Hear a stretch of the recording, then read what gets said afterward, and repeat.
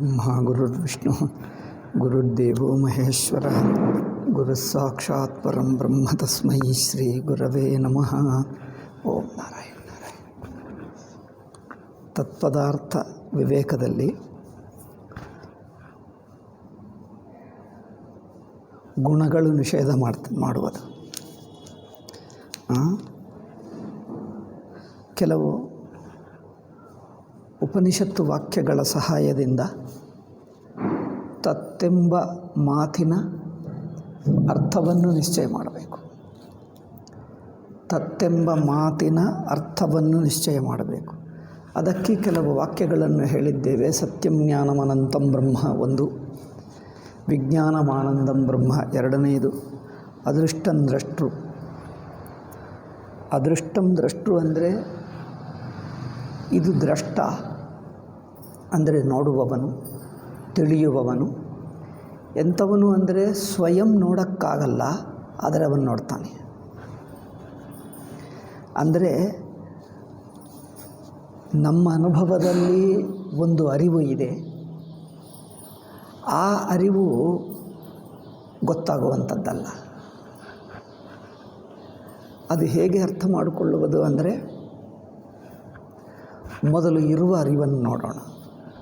ಕಣ್ಣಿನಲ್ಲಿರುವ ಅರಿವಿದೆ ನೋಡಿ, ಈ ಅರಿವು ಕಣ್ಣು ನೋಡ್ತದೆ, ಕಿವಿ ತಿಳ್ಕೊಳ್ತದೆ, ಕಿವಿ ಶಬ್ದವನ್ನು ತಿಳ್ಕೊಳ್ತದೆ, ಕಣ್ಣು ರೂಪವನ್ನು ತಿಳ್ಕೊಳ್ತದೆ. ಈ ಇಂದ್ರಿಯ ಅರಿವುಗಳು ಸ್ವಯಂ ತಿಳ್ಕೊಳ್ತಾ ಇದ್ದರೂ ನಮಗೆ ಗೊತ್ತಾಗ್ತವೆ. ಇಂದ್ರಿಯದಲ್ಲಿರುವ ಅರಿವುಗಳು ಐದು ಇಂದ್ರಿಯಗಳು, 5 ಅರಿವುಗಳು. ಈ ಅರಿವುಗಳು ಸ್ವಯಂ ಅರಿತುಕೊಳ್ತಾ ಇದ್ದರೂ ನಮ್ಮಿಂದ ಅರಿಯಲ್ಪಡುತ್ತವೆ. ಆದರೆ ನಮ್ಮಲ್ಲಿ ಇನ್ನೊಂದು ಅರಿವಿದೆ, ಅದು ಕೇವಲ ಅರಿಯುತ್ತದೆ ಹೊರತು ಅರಿಯಲ್ಪಡುವುದಲ್ಲ. ಮನಸ್ಸಿನ ಅರಿವು ಅಷ್ಟೇ, ಪ್ರತ್ಯಯ. ಮನಸ್ಸಿನಲ್ಲಿರುವ ಅರಿವು ಅದು ಅರಿಯುತ್ತದೆ, ಆದರೆ ಮನಸ್ಸು ನಮಗೆ ಗೊತ್ತಾಗ್ತದೆ. ಏಕೆ? ಒಂದು ವೃತ್ತಿ ಹುಟ್ಟಿದೆ ಅಂದರೆ ಗೊತ್ತಾಗ್ತದೆ, ವೃತ್ತಿ ಇಲ್ಲ ಅಂದರೆ ಗೊತ್ತಾಗ್ತದೆ. ಅಹಂ ವೃತ್ತಿಯೂ ಹಾಗೆ. ಅಹಂ ವೃತ್ತಿ, ನಾನು ಎಂಬ ವೃತ್ತಿ, ನಾನೆಂಬುದೇ ಎಲ್ಲವನ್ನು ತಿಳ್ಕೊಳ್ತಾ ಇದ್ದೀನಿ. ನಾನು ಅಂದರೆ ಅಹಂ ಪ್ರತ್ಯಯ.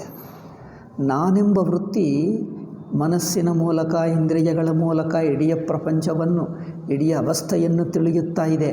ಆದರೆ ಆ ತಿಳಿಯುವಂಥ ಅಹಂ ಪ್ರತ್ಯಯವು ಸ್ವಯಂ ಅದು ಗೊತ್ತಾಗ್ತದೆ. ಅದು ಹೇಗೆ? ಎಚ್ಚರದಲ್ಲಿ ಈಗಿದ್ದೇನೆ, ಸುಷುಪ್ತಿಯಲ್ಲಿ ಅಹಂ ಪ್ರತ್ಯಯವಿಲ್ಲ ಅಲ್ಲವೇ?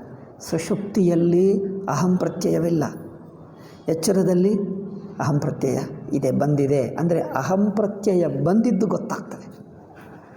ನಾವು ಮಲ್ಕೊಂಡಿರುವಾಗ ಮೂರ್ಛದಲ್ಲಿ, ಕೋಮಾದಲ್ಲಿ ಅನಸ್ಥೀಸಿಯಾ ಕೊಡ್ತಾರೆ ನೋಡಿ, ಆವಾಗ ನಮಗೆ ಏನು ಗೊತ್ತಾಗಲ್ಲ. ಸುಷುಪ್ತಿ ಹಾಗೆ. ಸಮಾಧಿಯಲ್ಲಿ, ಸುಷುಪ್ತಿಯಲ್ಲಿ, ಕೋಮಾದಲ್ಲಿ, ಮೂರ್ಛದಲ್ಲಿ ಏನೂ ಗೊತ್ತಾಗಲ್ಲ. ನಾವು ಎಚ್ಚರಕ್ಕೆ ಬಂದಿದ್ದರೆ ನಾನಿದ್ದೇನೆ, ನಾನು ಎಚ್ಚರದಲ್ಲಿದ್ದೇನೆ ಎಂದು ಗೊತ್ತಾಗ್ತಾ ಇದೆ ಅಲ್ಲವ? ನಾನು ಎಚ್ಚರದಲ್ಲಿದ್ದೇನೆ ಗೊತ್ತಾಗ್ತದೆ. ಆವಾಗ ಸುಷುಪ್ತಿಯಲ್ಲಿ ನಾನೆಂಬುದು ಅರಿವಿಲ್ಲ, ನಾನು ಎಂಬ ಅರಿವು ಗೊತ್ತಾಗ್ತಿರಲಿಲ್ಲ, ಅಂಥದ್ದಿಲ್ಲವೇ ಇಲ್ಲ. ಅಂದರೆ ಅಹಂ ಪ್ರತ್ಯಯವು ಮಿಕ್ಕ ವಿಷಯವನ್ನು ಅರಿಯುತ್ತದೆ, ಆದರೆ ಅದು ಅರಿಯಲ್ಪಡುತ್ತದೆ. ಅಂತಃಕರಣ ವೃತ್ತಿಗಳು, ಬುದ್ಧಿವೃತ್ತಿಗಳು ಅರಿಯುತ್ತವೆ, ಅದರವು ಅರಿಯಲ್ಪಡುತ್ತವೆ. ಇಂದ್ರಿಯ ವೃತ್ತಿಗಳು, ವೃತ್ತಿ ಅಂದರೆ ಫಂಕ್ಷನ್. ಇಂದ್ರಿಯ ವೃತ್ತಿಗಳು ಲೈಕ್ ಕಣ್ಣು, ಕಿವಿ, ದರ್ಶನ, ಸ್ಪರ್ಶ, ಶ್ರವಣ. ಇದು ದರ್ಶನ, ಶ್ರವಣ ಮುಂತಾದ, ನೋಟ, ಕೇಳುವಿಕೆ ಇಂಥದ್ದ, ಇವು ವಿಷಯವನ್ನು ಅರಿಯುತ್ತವೆ, ಆದರೆ ಅವು ಅರಿಯಲ್ಪಡುತ್ತವೆ. ಆದರೆ ಇಲ್ಲಿ ಏನು ಹೇಳ್ತಾ ಇದ್ದಾರೆ? ಅದೃಷ್ಟಂದ್ರಷ್ಟೃ. ಇದು ದ್ರಷ್ಟೃ, ಆದರೆ ಹಾಗೆ ಅರಿಯಲ್ಪಡುವುದಷ್ಟು ಅಲ್ಲ. ಇದು ದ್ರಷ್ಟವೇ. ದ್ರಷ್ಟೃ ಅಂದರೆ ತಿಳಿಯುವವನೇ. ಆದರೆ ಇಂದ್ರಿಯ ಅರಿವುಗಳು ಹೇಗೆ ತಿಳಿಯಲ್ಪಡುತ್ತವೋ, ಮನಸ್ಸಿನ ಅರಿವುಗಳು ಹೇಗೆ ತಿಳಿಯಲ್ಪಡುತ್ತವೋ, ಅಹಂ ಪ್ರತ್ಯಯ ಹೇಗೆ ತಿಳಿಯಲ್ಪಡುತ್ತದೋ ಹಾಗೆ ತಿಳಿಯಲ್ಪಡುವುದಲ್ಲ. ಇದು ಎಲ್ಲವನ್ನೂ ತಿಳಿಯುತ್ತದೆ, ಅದನ್ನು ಯಾರೂ ತಿಳಿಯಲ್ಲ. ಅಂದರೆ ಅದು ವೃತ್ತಿ ವಿಷಯವಲ್ಲ, ಅದು ವೃತ್ತಿ ವಿಷಯವಾಗಲ್ಲ. ಇಂದ್ರಿಯ ವೃತ್ತಿ ತಿಳ್ಕೊಳ್ತದೆ, ತಿಳಿಯಲ್ಪಡುತ್ತದೆ, ಎರಡೂ ಆಗುತ್ತದೆ. ಅಂದರೆ ತನ್ನಿಂದಲೇ ಅಲ್ಲ, ಕಣ್ಣು ವಿಷಯವನ್ನು ತಿಳಿಯುತ್ತದೆ, ಕಣ್ಣನ್ನು ಮನಸ್ಸು ತಿಳಿಯುತ್ತದೆ. ಮನಸ್ಸು ಮಿಕ್ಕ ವಿಷಯವನ್ನು ತಿಳ್ಕೊಳ್ತದೆ, ಮನಸ್ಸು ಮತ್ತು ಅಹಂಬುದ್ಧಿ ತಿಳ್ಕೊಳ್ತದೆ. ಅಹಂಬುದ್ಧಿ ಎಲ್ಲವನ್ನೂ ತಿಳ್ಕೊಳ್ತದೆ, ಅಹಂಬುದ್ಧಿಯನ್ನು ಸಾಕ್ಷಿ ತಿಳ್ಕೊಳ್ತದೆ. ಅಂದರೆ ಅಹಂಬುದ್ಧಿ ಬಂದಿದೆ ಹೋಗುತ್ತಿದೆ ಎನ್ನುವುದು ಗೊತ್ತಾಗ್ತಾ ಇದೆ. ಆದರೆ ಆ ಸಾಕ್ಷಿ ಬರುತ್ತಾ ಇದೆ ಹೋಗ್ತಾ ಇದೆ ಗೊತ್ತಾಗ್ತದೆ? ಆಗಲ್ಲ. ಏಕೆಂದರೆ ಸಾಕ್ಷಿ ವೃತ್ತಿ ಎನ್ನುವುದು ಕೇವಲ ಸಾಕ್ಷಿ ವೃತ್ತಿ ಅಲ್ಲ. ಅದು ಅದೇ ಹೇಳಿದ್ದೀನಿ, ಅದೃಷ್ಟಂ ದ್ರಷ್ಟೃ ಅಂದರೆ ವೃತ್ತಿಗೆ ವಿಷಯವಾಗದ ದ್ರಷ್ಟು. ದ್ರಷ್ಟ ಎಲ್ಲ ತಿಳಿಯುವವನು. ಆದರೆ ಅದಕ್ಕೋಸ್ಕರನೇ ಜನರಿಗೇನು ಅನಿಸುತ್ತಾ ಇದೆ, ಸುಷುಪ್ತಿಯಲ್ಲಿ ಅರಿವಿದೆ ಅಂದರೆ ಇಲ್ಲ ಎಂದು ಹೇಳ್ತಾರೆ. ಏಕೆಂದರೆ ಏನಿಲ್ಲ, ಏನು ಗೊತ್ತಿಲ್ಲವಲ್ಲ ಹೇಳ್ತಾರೆ. ಗೊತ್ತಿಲ್ಲ ಅಂದರೆ ಅರ್ಥವೇನು? ಗೊತ್ತಿಲ್ಲ ಅಂದರೆ ವೃತ್ತಿಗೆ ವಿಷಯವಾಗುತ್ತಾ ಇಲ್ಲ. ಅದೇ ಅಲ್ಲವೇ ನೀವು ಹೇಳುತ್ತಿದ್ದು. ಗೊತ್ತಿಲ್ಲ ಅಂದರೆ ಅರ್ಥವೇನು? ವೃತ್ತಿಗೆ ಗೊತ್ತಾಗ್ತಾ ಇಲ್ಲ. ಮಿಕ್ಕದೆಲ್ಲ ಅದು ತಿಳಿಯುತ್ತದೆ, ನಮಗೂ ಗೊತ್ತಾಗ್ತದೆ. ಸುಷುಪ್ತಿಯಲ್ಲಿ ನಮಗೂ ಗೊತ್ತಾಗಲ್ಲ, ಅಂದರೆ ನಮಗೆ ವೃತ್ತಿಗೆ ವಿಷಯವಾಗ್ತಾ ಇಲ್ಲ. ಅದಕ್ಕೋಸ್ಕರ ಸುಷುಪ್ತಿಯಲ್ಲಿ ಏನಿಲ್ಲ ಹೇಳ್ತೀವಿ, ಸಮಾಧಿಯಲ್ಲಿ ಏನಿಲ್ಲ ಹೇಳ್ತೀವಿ, ಮೂರ್ಛದಲ್ಲಿ ಏನಿಲ್ಲ ಹೇಳ್ತೀವಿ, ಕೋಮ ಇದ್ದರೆ ಏನಿಲ್ಲ ಎಂದು ಹೇಳ್ತೀವಿ. ಏನಿಲ್ಲ ಏಕೆ ಆಗ್ತಾ ಇದೆ? ಅದು ವೃತ್ತಿಗೆ ವಿಷಯವಾಗಲ್ಲ. ಅದಕ್ಕೋಸ್ಕರ ನಿಮಗೆ ಏನಿಲ್ಲ ಅನಿಸುತ್ತಾ ಇದೆ. ಆದರೆ ಅದೇ ಇಲ್ಲ ಎಂದು ಯಾರೂ ಹೇಳಲ್ಲ. ಸುಷುಪ್ತಿಯೇ ಇಲ್ಲ ಎಂದು ಹೇಳ್ತೀವ? ಅಲ್ಲ, ಸುಷುಪ್ತಿಯೇ ಇಲ್ಲ ಎಂದು ಹೇಳಲ್ಲ. ಆದರೆ ಸುಷುಪ್ತಿಯಲ್ಲಿ ಮಿಕ್ಕದೇನಿಲ್ಲ ಎಂದು ಗೊತ್ತಾಗ್ತಾ ಇದೆ. ಅಂದರೆ ಅದು ಎಲ್ಲವನ್ನೂ ತಿಳಿಯುತ್ತದೆ, ಮಿಕ್ಕ ಏನಿಲ್ಲ ಎಂದು ತಿಳಿಯುತ್ತದೆ. ಅದು ಅದರ ಕುರಿತು ಅದು ತಿಳಿಯುವವನೇ ಹೊರತು ತಿಳಿವಿಕೆ ವಿಷಯವಾಗಲ್ಲ, ವೃತ್ತಿಗೆ ವಿಷಯವಾಗಲ್ಲ. ಅದರಿಂದ ಹೀಗೆ ಅದೃಷ್ಟಂ ದ್ರಷ್ಟೃ ಈ ಒಂದು ಮಾತು ಮನನ ಮಾಡಬೇಕಂದ್ರೆ ಹೀಗಾಗಬೇಕು. ನಾನು ಬಿಡಿಸಿ ಹೇಳುವುದೇಕು ಅಂದರೆ ನೀವು ಮನನ ಮಾಡುವಾಗ ಹೀಗೆ ಮಾಡಬೇಕು ಎಂದು. ಒಂದೊಂದು ವಾಕ್ಯ ಇಟ್ಕೊಂಡು ಅದು ಪೂರ್ತಿ ಅನುಭವದಲ್ಲಿ ನಿಲ್ಲುವವರೆಗೂ ಬಿಡಬಾರದು. ಅದೇ ಮನನ, ಅದು ಸ್ಪಷ್ಟವಾಗುವವರೆಗೂ. ಇದು ಹೀಗೆ ಅದೃಷ್ಟಂ ದ್ರಷ್ಟೃ ಅಂದರೆ ಈ ತರಹ. ಇದು ಇದು ದ್ರಷ್ಟುವೇ ಅಂದರೆ ತಿಳಿಯುವವನೇ. ಆದರೆ ನಮ್ಮ ವಿಷಯಕ್ಕೆ, ನಮ್ಮ ವೃತ್ತಿಗೆ ವಿಷಯವಾಗಲ್ಲ. ಯಾವ ವೃತ್ತಿಗೆ ವಿಷಯವಾಗಲ್ಲ, ಯಾವ ವೃತ್ತಿಗೆ ವಿಷಯವಾಗಲ್ಲ. ಮಿಕ್ಕ ಅದಕ್ಕೋಸ್ಕರನೇ ಆತ್ಮವನ್ನು ತಿಳಿಸೋಕ್ಕಾಗಲ್ಲ ಎಂದು ಹೇಳಿದ್ದಾರೆ ನೋಡಿ. ಅತದ್ಧರ್ಮ ಅಧ್ಯಾರೋಪಣ ನಿವರ್ತಕತ್ವೇನ ಪ್ರಮಾಣಂ. ಶಾಸ್ತ್ರವು ಬ್ರಹ್ಮವನ್ನು ಹೇಗೆ ತಿಳಿಸುತ್ತದೆ? ಯಾವುದೇ ತಿಳ್ಕೊಳ್ಳಬೇಕಂದರೆ ಅದರ ವೃತ್ತಿ ಹುಟ್ಟಬೇಕು. ಯಾವುದೇ ತಿಳ್ಕೊಳ್ಳಬೇಕಂದರೆ ವೃತ್ತಿ ಆಗಬೇಕು. మరి ವೃತ್ತಿಗೆ ವಿಷಯವಾಗಲ್ಲ ಅಂದರೆ ಅದರ ಕುರಿತು ನಮ್ಮ ಮನಸ್ಸು ವೃತ್ತಿ ಹುಟ್ಟಲ್ಲ. ನಮ್ಮ ಮನಸ್ಸಿನಲ್ಲಿ ಅದರ ಕುರಿತು ಹೀಗೆ ಎಂಬುದು ಒಂದು ಮನಸ್ಸು ವೃತ್ತಿ ಆಗಲ್ಲ. ಅದರ ಕುರಿತು ವೃತ್ತಿ ಆತ್ಮ ಕುರಿತು ಆತ್ಮಾಕಾರ ವೃತ್ತಿ ಆಗಲ್ಲ. ಬ್ರಹ್ಮಾಕಾರ ವೃತ್ತಿ ಆತ್ಮಾಕಾರ ವೃತ್ತಿ ಆಗಲ್ಲ. ಏಕೆ? ಆತ್ಮ ವಿಷಯವಲ್ಲ. ಆತ್ಮ ವಿಷಯವಾಗುತ್ತದೆ? ಆತ್ಮಾಕಾರ ವೃತ್ತಿ ಹೇಗಾಗುತ್ತದೆ? ಬ್ರಹ್ಮಾಕಾರ ವೃತ್ತಿ ವ್ಯಾಖ್ಯಾನಕಾರರು ಹೇಳಿದ್ದಾರೆ. ಬ್ರಹ್ಮಾಕಾರ ವೃತ್ತಿ, ಅಖಂಡಾಕಾರ ವೃತ್ತಿ ಅವರು ಹೇಳಿದ್ದಾರೆ. ಬ್ರಹ್ಮ ಅಖಂಡಕ್ಕೆ ಅಖಂಡವನ್ನು ವಿಷಯೀಕರಿಸಬಹುದಾ? ವೃತ್ತಿ ಆಗುತ್ತದೆ. ಹಾಗಾದರೆ ವೃತ್ತಿ ಸ್ವತಂತ್ರ, ಆತ್ಮ ಒಂದು ವಿಷಯವಾಗಿ ಬಿಡ್ತದೆ. ಆತ್ಮ ವಿಷಯವಾಗಲ್ಲ, ಅದು ವೃತ್ತಿಗೆ ವಿಷಯವಾಗಲ್ಲ. ಆತ್ಮಾಕಾರ ವೃತ್ತಿ, ಬ್ರಹ್ಮಾಕಾರ ವೃತ್ತಿ, ಅಖಂಡಾಕಾರ ವೃತ್ತಿ ನಾನು ಎಲ್ಲಿ ಹೇಳಲಿಲ್ಲ. ನೀವು ಕೇಳಿರ್ಬೋದು, ಈ ಮಾತು ಎಲ್ಲಿ ಹೇಳಲೇ ಇಲ್ಲ. ಏಕೆಂದರೆ ಅದು ಹೊಂದಲ್ಲ. ಇದು ಅದೃಷ್ಟಂ ದ್ರಷ್ಟೃ ಯಾವ ವೃತ್ತಿಗೆ ವಿಷಯವಾಗಲ್ಲ ಹೇಳುತ್ತಾ ಮತ್ತೆ ಅದು ಆತ್ಮಾಕಾರ ವೃತ್ತಿ. ಮಿಕ್ಕ ವಿಷಯವು ಯಾವುದನ್ನು ತಿಳ್ಕೊಳ್ಳಬೇಕಂದರೆ ತದಾಕಾರ ವೃತ್ತಿ ಆಗಬೇಕು. ಪುಸ್ತಕ ಗೊತ್ತಾಗಬೇಕಾದರೆ ಪುಸ್ತಕಾಕಾರ ವೃತ್ತಿ, ಗೋಡೆ ಗೊತ್ತಾಗಬೇಕಾದರೆ ಗೋಡೆ ಆಕಾರ ವೃತ್ತಿ, ಮತ್ತು ಮಡಿಕೆ ಗೊತ್ತಾಗಬೇಕಾದರೆ ಮಡಿಕೆಯ ಆಕಾರ ವೃತ್ತಿ ಆಗಬೇಕು. ಅಂದರೆ ನಮ್ಮ ಮನಸ್ಸಿನ ವೃತ್ತಿ ಆ ಆಕಾರವನ್ನು ತಾಳಿ ಅದು ಇದು ಎಂದು ಆಗಬೇಕು, ಇದು ಎಂದಾಗಬೇಕು, ಅಥವಾ ಅಹಂ ಎಂದಾಗಬೇಕು. ಎರಡು ಬಗೆಯಾದ ವೃತ್ತಿಗಳಿವೆ ನಮಗೆ. ಇದು ಎಂಬ ವೃತ್ತಿ ಒಂದು, ಅಹಂ ಎಂದು ವೃತ್ತಿ ಒಂದು. ಮಿಕ್ಕ ವಿಷಯಗಳನ್ನೆಲ್ಲ ಇದು ಇದು ಎಂದು ರೂಪವಾಗಿ ತಿಳ್ಕೊಳ್ತೀವಿ. ಮಿಕ್ಕ ವಿಷಯಗಳನ್ನು ಇದು ಇದು ಎಂದು ರೂಪವಾಗಿ ತಿಳ್ಕೊಳ್ತೀವಿ. ಆದರೆ ದೇಹವನ್ನು ಹೇಗೆ ತಿಳ್ಕೊಳ್ತೀವಿ? ದೇಹವನ್ನು ಇದು ಎಂದು ತಿಳ್ಕೊಳ್ಳಲ್ಲ. ನೋಡಿ, ದೇಹವು ಗೊತ್ತಾಗ್ತಾ ಇದೆ. ಹೌದು, ಹೇಗೆ? ಮಿಕ್ಕ ಪುಸ್ತಕ, ಗೋಡೆ ಇದು ಎಂದು ಎದುರಾಗಿ ಇಂದ್ರಿಯಗಳಿಗೆ ಎದುರಾಗಿದೆಯೋ ದೇಹವು ಎದುರಾಗಿ ಗೊತ್ತಾಗ್ತದೆ. ದೇಹದ ಒಂದೊಂದು ಅವಯವ ಗೊತ್ತಾಗ್ಬೋದು. ನೋಡಿ, ಈ ಕೈ, ಈಗ ಇಂಥದ್ದು ಕೈ ಕಾಲು, ಬಟ್ ಈ ದೇಹ ನನಗಿದೆ ಎಂಬುದು ಹೇಗೆ ಗೊತ್ತಾಗ್ತದೆ ನಿಮಗೆ? ದೇಹವು ನನಗಿದೆ ಎಂದು ಕಣ್ಣಿಗೆ ನೋಡ್ತೀರಾ? ಕಣ್ಣು ಮುಚ್ಚಿಕೊಂಡ್ರೆ ದೇಹವಿರುತ್ತದಾ ಇಲ್ವಾ? ಕಣ್ಣು ಮುಚ್ಚಿಕೊಂಡಿರುವಾಗ ಇರುತ್ತದೆ. ಹೇಗೆ ದೇಹವೃತ್ತಿ? ಹೇಗೆ? ಅಹಂ ಎಂಬ ವೃತ್ತಿ ಮೂಲಕವೇ ದೇಹ ಗೊತ್ತಾಗ್ತದೆ. ನೋಡಿ, ದೇಹವು ಕಣ್ಣಿನಿಂದ ನೋಡಿದಾಗ ಈ ಕೈ ಕಾಲು ಗೊತ್ತಾಗುವುದು ಅದು ವಿಷಯ, ಇಂದ್ರಿಯ ವಿಷಯ. ಆದರೆ ದೇಹ ನೇರಾಗಿ, ಒಟ್ಟು ದೇಹ ನೇರಾಗಿ, ಒಟ್ಟು ದೇಹ ಅಂದರೆ ಒಂದೊಂದು ಅವಯವ ಅಲ್ಲ, ಒಟ್ಟು ದೇಹ ನೇರಾಗಿ ಅಹಂ ಪ್ರತ್ಯಯ ರೂಪವಾಗಿ ಗೊತ್ತಾಗ್ತದೆ. ನಾನು ಇಲ್ಲಿದ್ದೇನೆ. ನಾನು ಅಂದ್ರೇನು? ಇಷ್ಟು ನಾನು ಮಿಕ್ಕದ್ದಲ್ಲ. ಆ ಇಷ್ಟು ನಾನು ಮಿಕ್ಕದ್ದಲ್ಲ. ಏಕೆ? ಪ್ರಪಂಚವನ್ನು ಬಿಟ್ಟು ಪ್ರಪಂಚಕ್ಕಿಂತ ಬೇರೆ ನಾನು, ಆ ನಾನು ರೂಪವಾಗೇ ಗೊತ್ತಾಗ್ತದೆ. ಆ ನಾನೆಂಬ ಅಹಂ ಪ್ರತ್ಯಯ ರೂಪವಾಗಿ ದೇಹ. ಇಲ್ಲದಿದ್ದರೆ ದೇಹ ನೇರಾಗಿ ಗೊತ್ತಾಗಲ್ಲ. ನೇರಾಗಿ ಅಂದರೆ ಇದಂ ರೂಪವಾಗಿ ಗೊತ್ತಾಗಲ್ಲ. ದೇಹ ಇದಂ ರೂಪವಾಗಿ ಗೊತ್ತಾಗಲ್ಲ. ಇಂದ್ರಿಯಗಳು ಅಷ್ಟೇ. ಇಂದ್ರಿಯಗಳು ನಾನೆಂಬ ಪ್ರತ್ಯಯವಾಗೇ ಇಂದ್ರಿಯ ಗೊತ್ತಾಗ್ತದೆ. ಕಣ್ಣಿನಿಂದ ವಿಷಯವನ್ನು ನೋಡುವಾಗ, ಇದು ಸ್ವಲ್ಪ ಹೇಳಬೇಕು ಇದು ಅಲ್ಲವೇ? ಕಣ್ಣಿನಿಂದ ರೂಪವನ್ನು ನೋಡುವಾಗ, ರೂಪವನ್ನು ನೋಡುತ್ತೇನೆ ಅಂದರೆ ನಾನು, ನೋಡುತ್ತೇನೆ ಅಂದರೆ ಯಾರು? ನಾನು.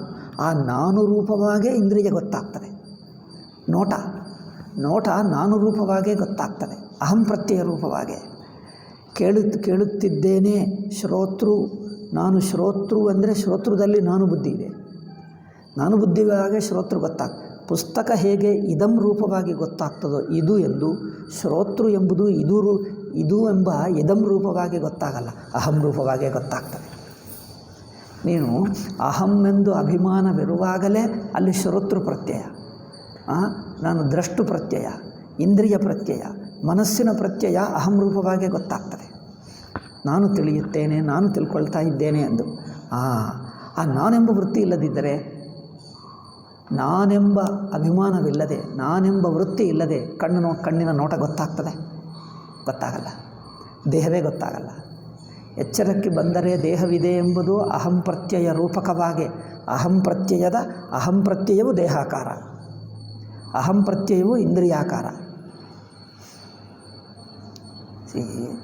ಇದಂ ಪ್ರತ್ಯಯವು ಅನೇಕ ಆಕಾರ, ಪುಸ್ತಕ ಆಕಾರ, ಗೋಡೆ ಆಕಾರ, ಇಡೀ ಪ್ರಪಂಚಾಕಾರ.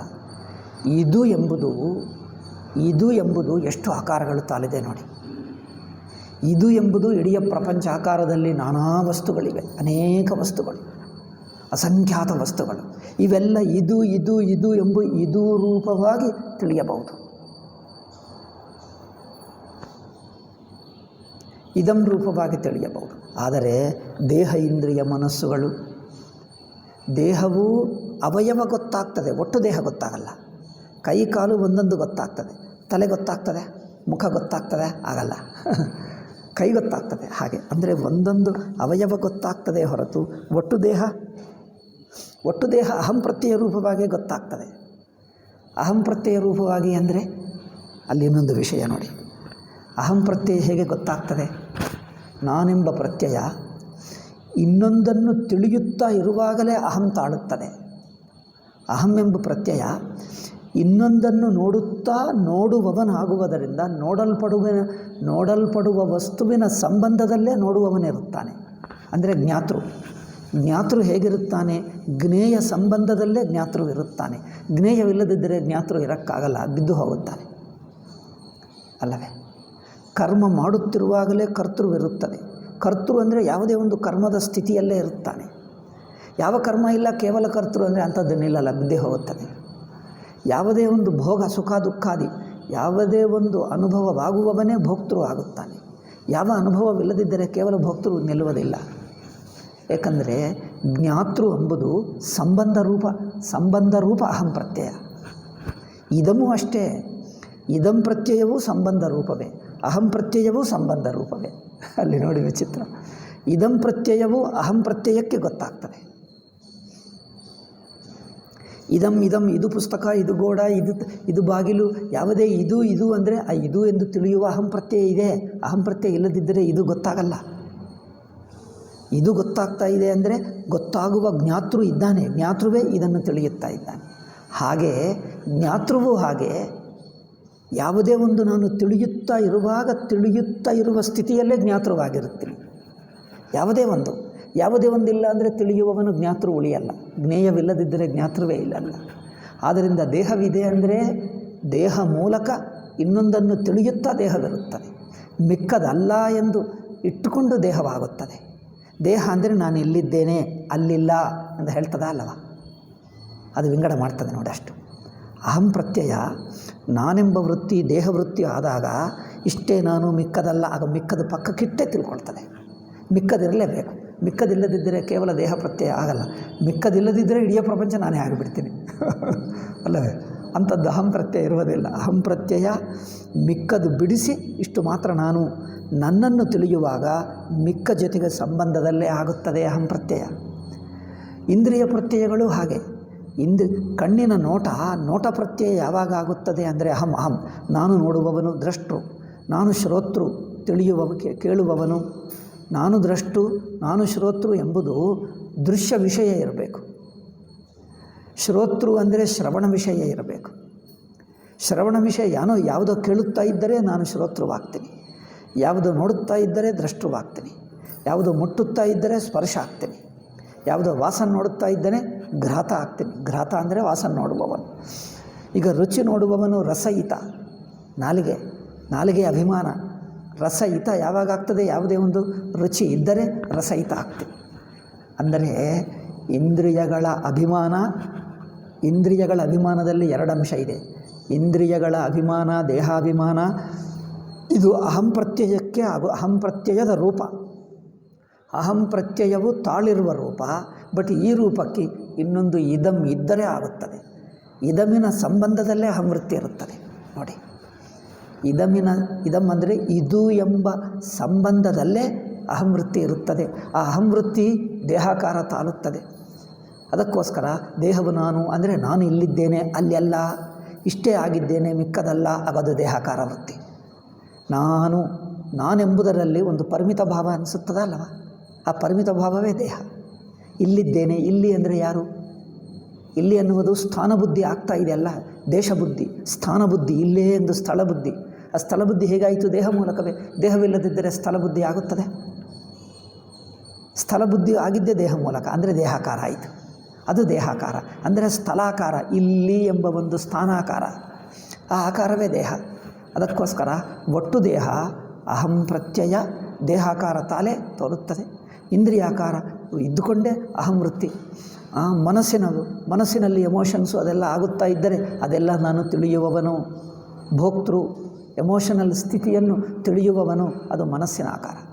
ಕೊನೆಗೆ ಇವುಗಳೆಲ್ಲವನ್ನು ತಿಳಿಯುವುದೇ ಅಹಂವೃತ್ತಿ.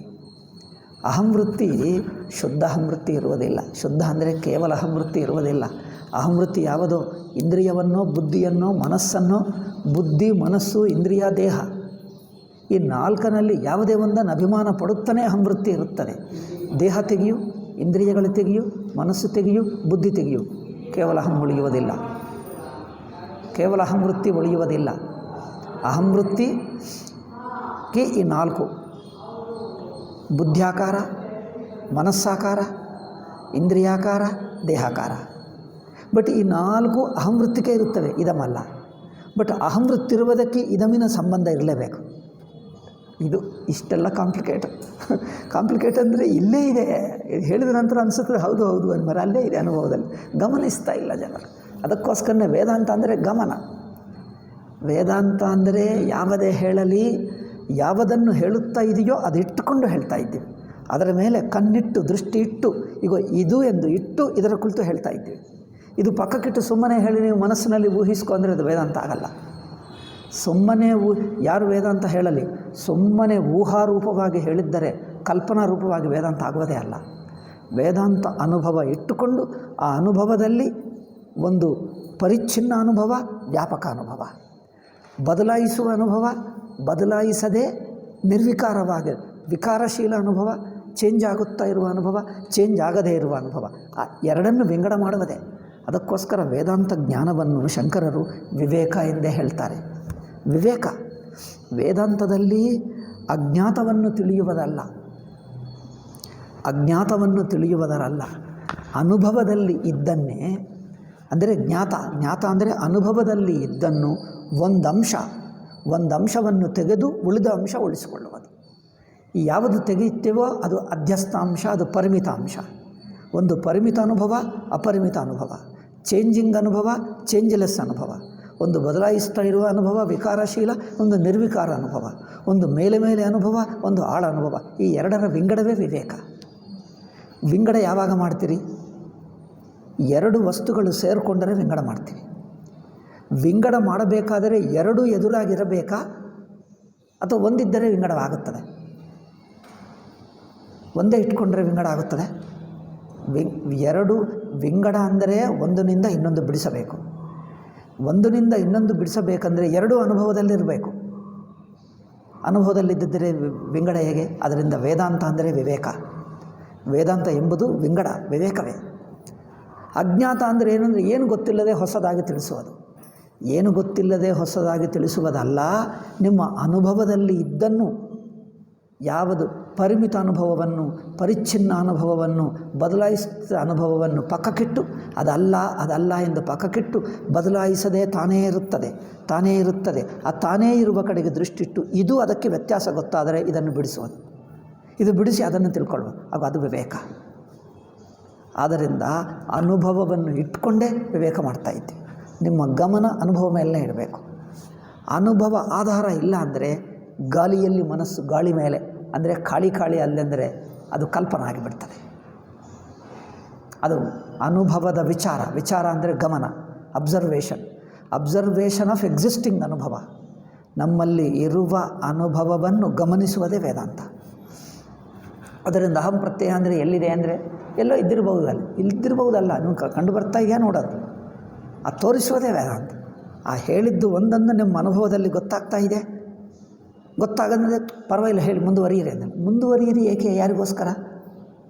ನಿಮ್ಮ ದೃಷ್ಟಿಯಲ್ಲಿ ಬೀಳುತ್ತಾ ಇದೆ, ದೃಷ್ಟಿಗೆ ಸಿಗ್ತಾ ಇದೆ. ಎಲ್ಲೋ ಇರಬಹುದು, ಇಲ್ಲೇ ಆಯಿತು ಹೇಳಿ ಮುಂದುವರಿಯಿರಿ ಅಂತ ಹೇಳ್ತಾರೆ. ಮುಂದುವರಿಯಿರಿ ಅಂದರೆ ಅದು ಏನರ್ಥ? ಅನುಭವವನ್ನು ನಿಮ್ಮ ದೃಷ್ಟಿಯಲ್ಲಿ ಬೀಳಬೇಕು.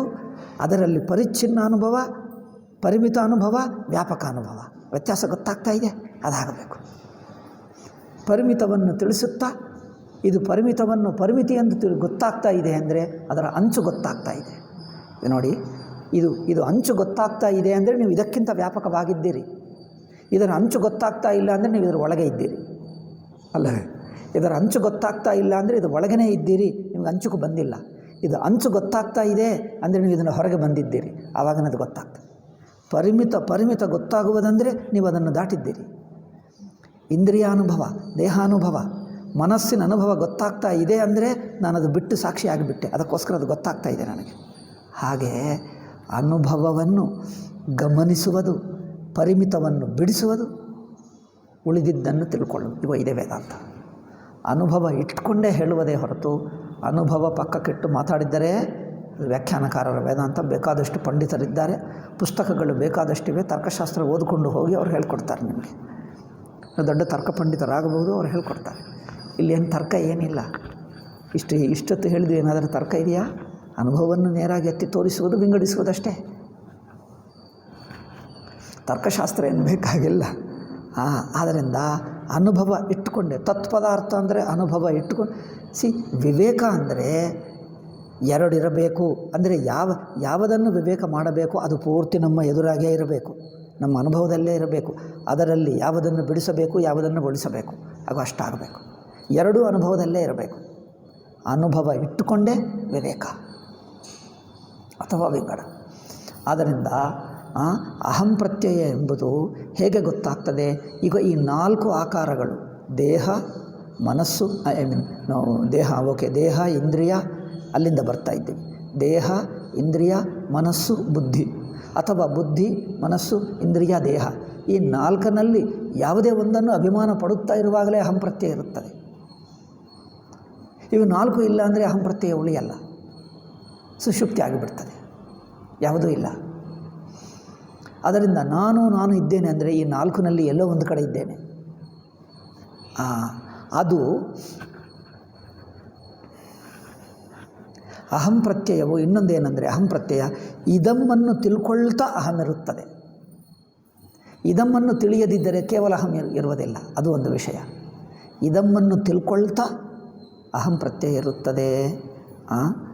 ಹಾಗೆ ಈ ಅಹಂ ಪ್ರತ್ಯಯದಿಂದ ಇಲ್ಲೇನು ಹೇಳಿದ್ವಿ ವಿಷಯ ಎಲ್ಲಿಂದಲೂ ಎಲ್ಲೋ ಹೋಗಿದ್ವಿ ನೋಡಿ, ಅದೃಷ್ಟಂ ದ್ರಷ್ಟೃ ಅದು ತಿಳ್ಕೊಳ್ಳಬೇಕು. ಅಂದರೆ ದೃಷ್ಟಿಗೆ ವಿಷಯವಾಗದೆ, ಅರಿವಿಗೂ ವಿಷಯವಾಗದೇ ಇರುವ ಅರಿವು. ಮಿಕ್ಕ ವಿಷಯವೂ ನೋಡಿ, ಇದಂ ಅಂದರೆ ದೇಹವನ್ನು ಬಿಟ್ಟು ಹೊರಗಿನ ಪ್ರಪಂಚವಲ್ಲ, ಕೇವಲ ತಿಳಿಯಲ್ಪಡುತ್ತದೆ ಅಷ್ಟೇ. ದೇಹಕ್ಕಿಂತ ಹೊರಗೆ ಇರುವ ಪ್ರಪಂಚವೆಲ್ಲ ಕೇವಲ ಇದಂ ಅಂದರೆ ತಿಳಿಯಲ್ಪಡುವುದೇ, ಎವ್ರಿಥಿಂಗ್ ತಿಳಿಯಲ್ಪಡುವುದೇ. ಆದರೆ ದೇಹದಿಂದ ಈ ಅಹಂ ಬುದ್ಧಿವರೆಗೂ, ದೇಹದಿಂದ ಬುದ್ಧಿವರೆಗೂ ಇರುವ ಅಹಂ ಇದೆಯಲ್ಲ, ಅಹಂ ಸಮೇತ ದೇಹ ಅಂದರೆ ದೇಹ ರೂಪ ಅಹಂ, ಇಂದ್ರಿಯ ರೂಪ ಅಹಂ, ಮನೋರೂಪ ಅಹಂ, ಬುದ್ಧಿರೂಪ ಅಹಂ.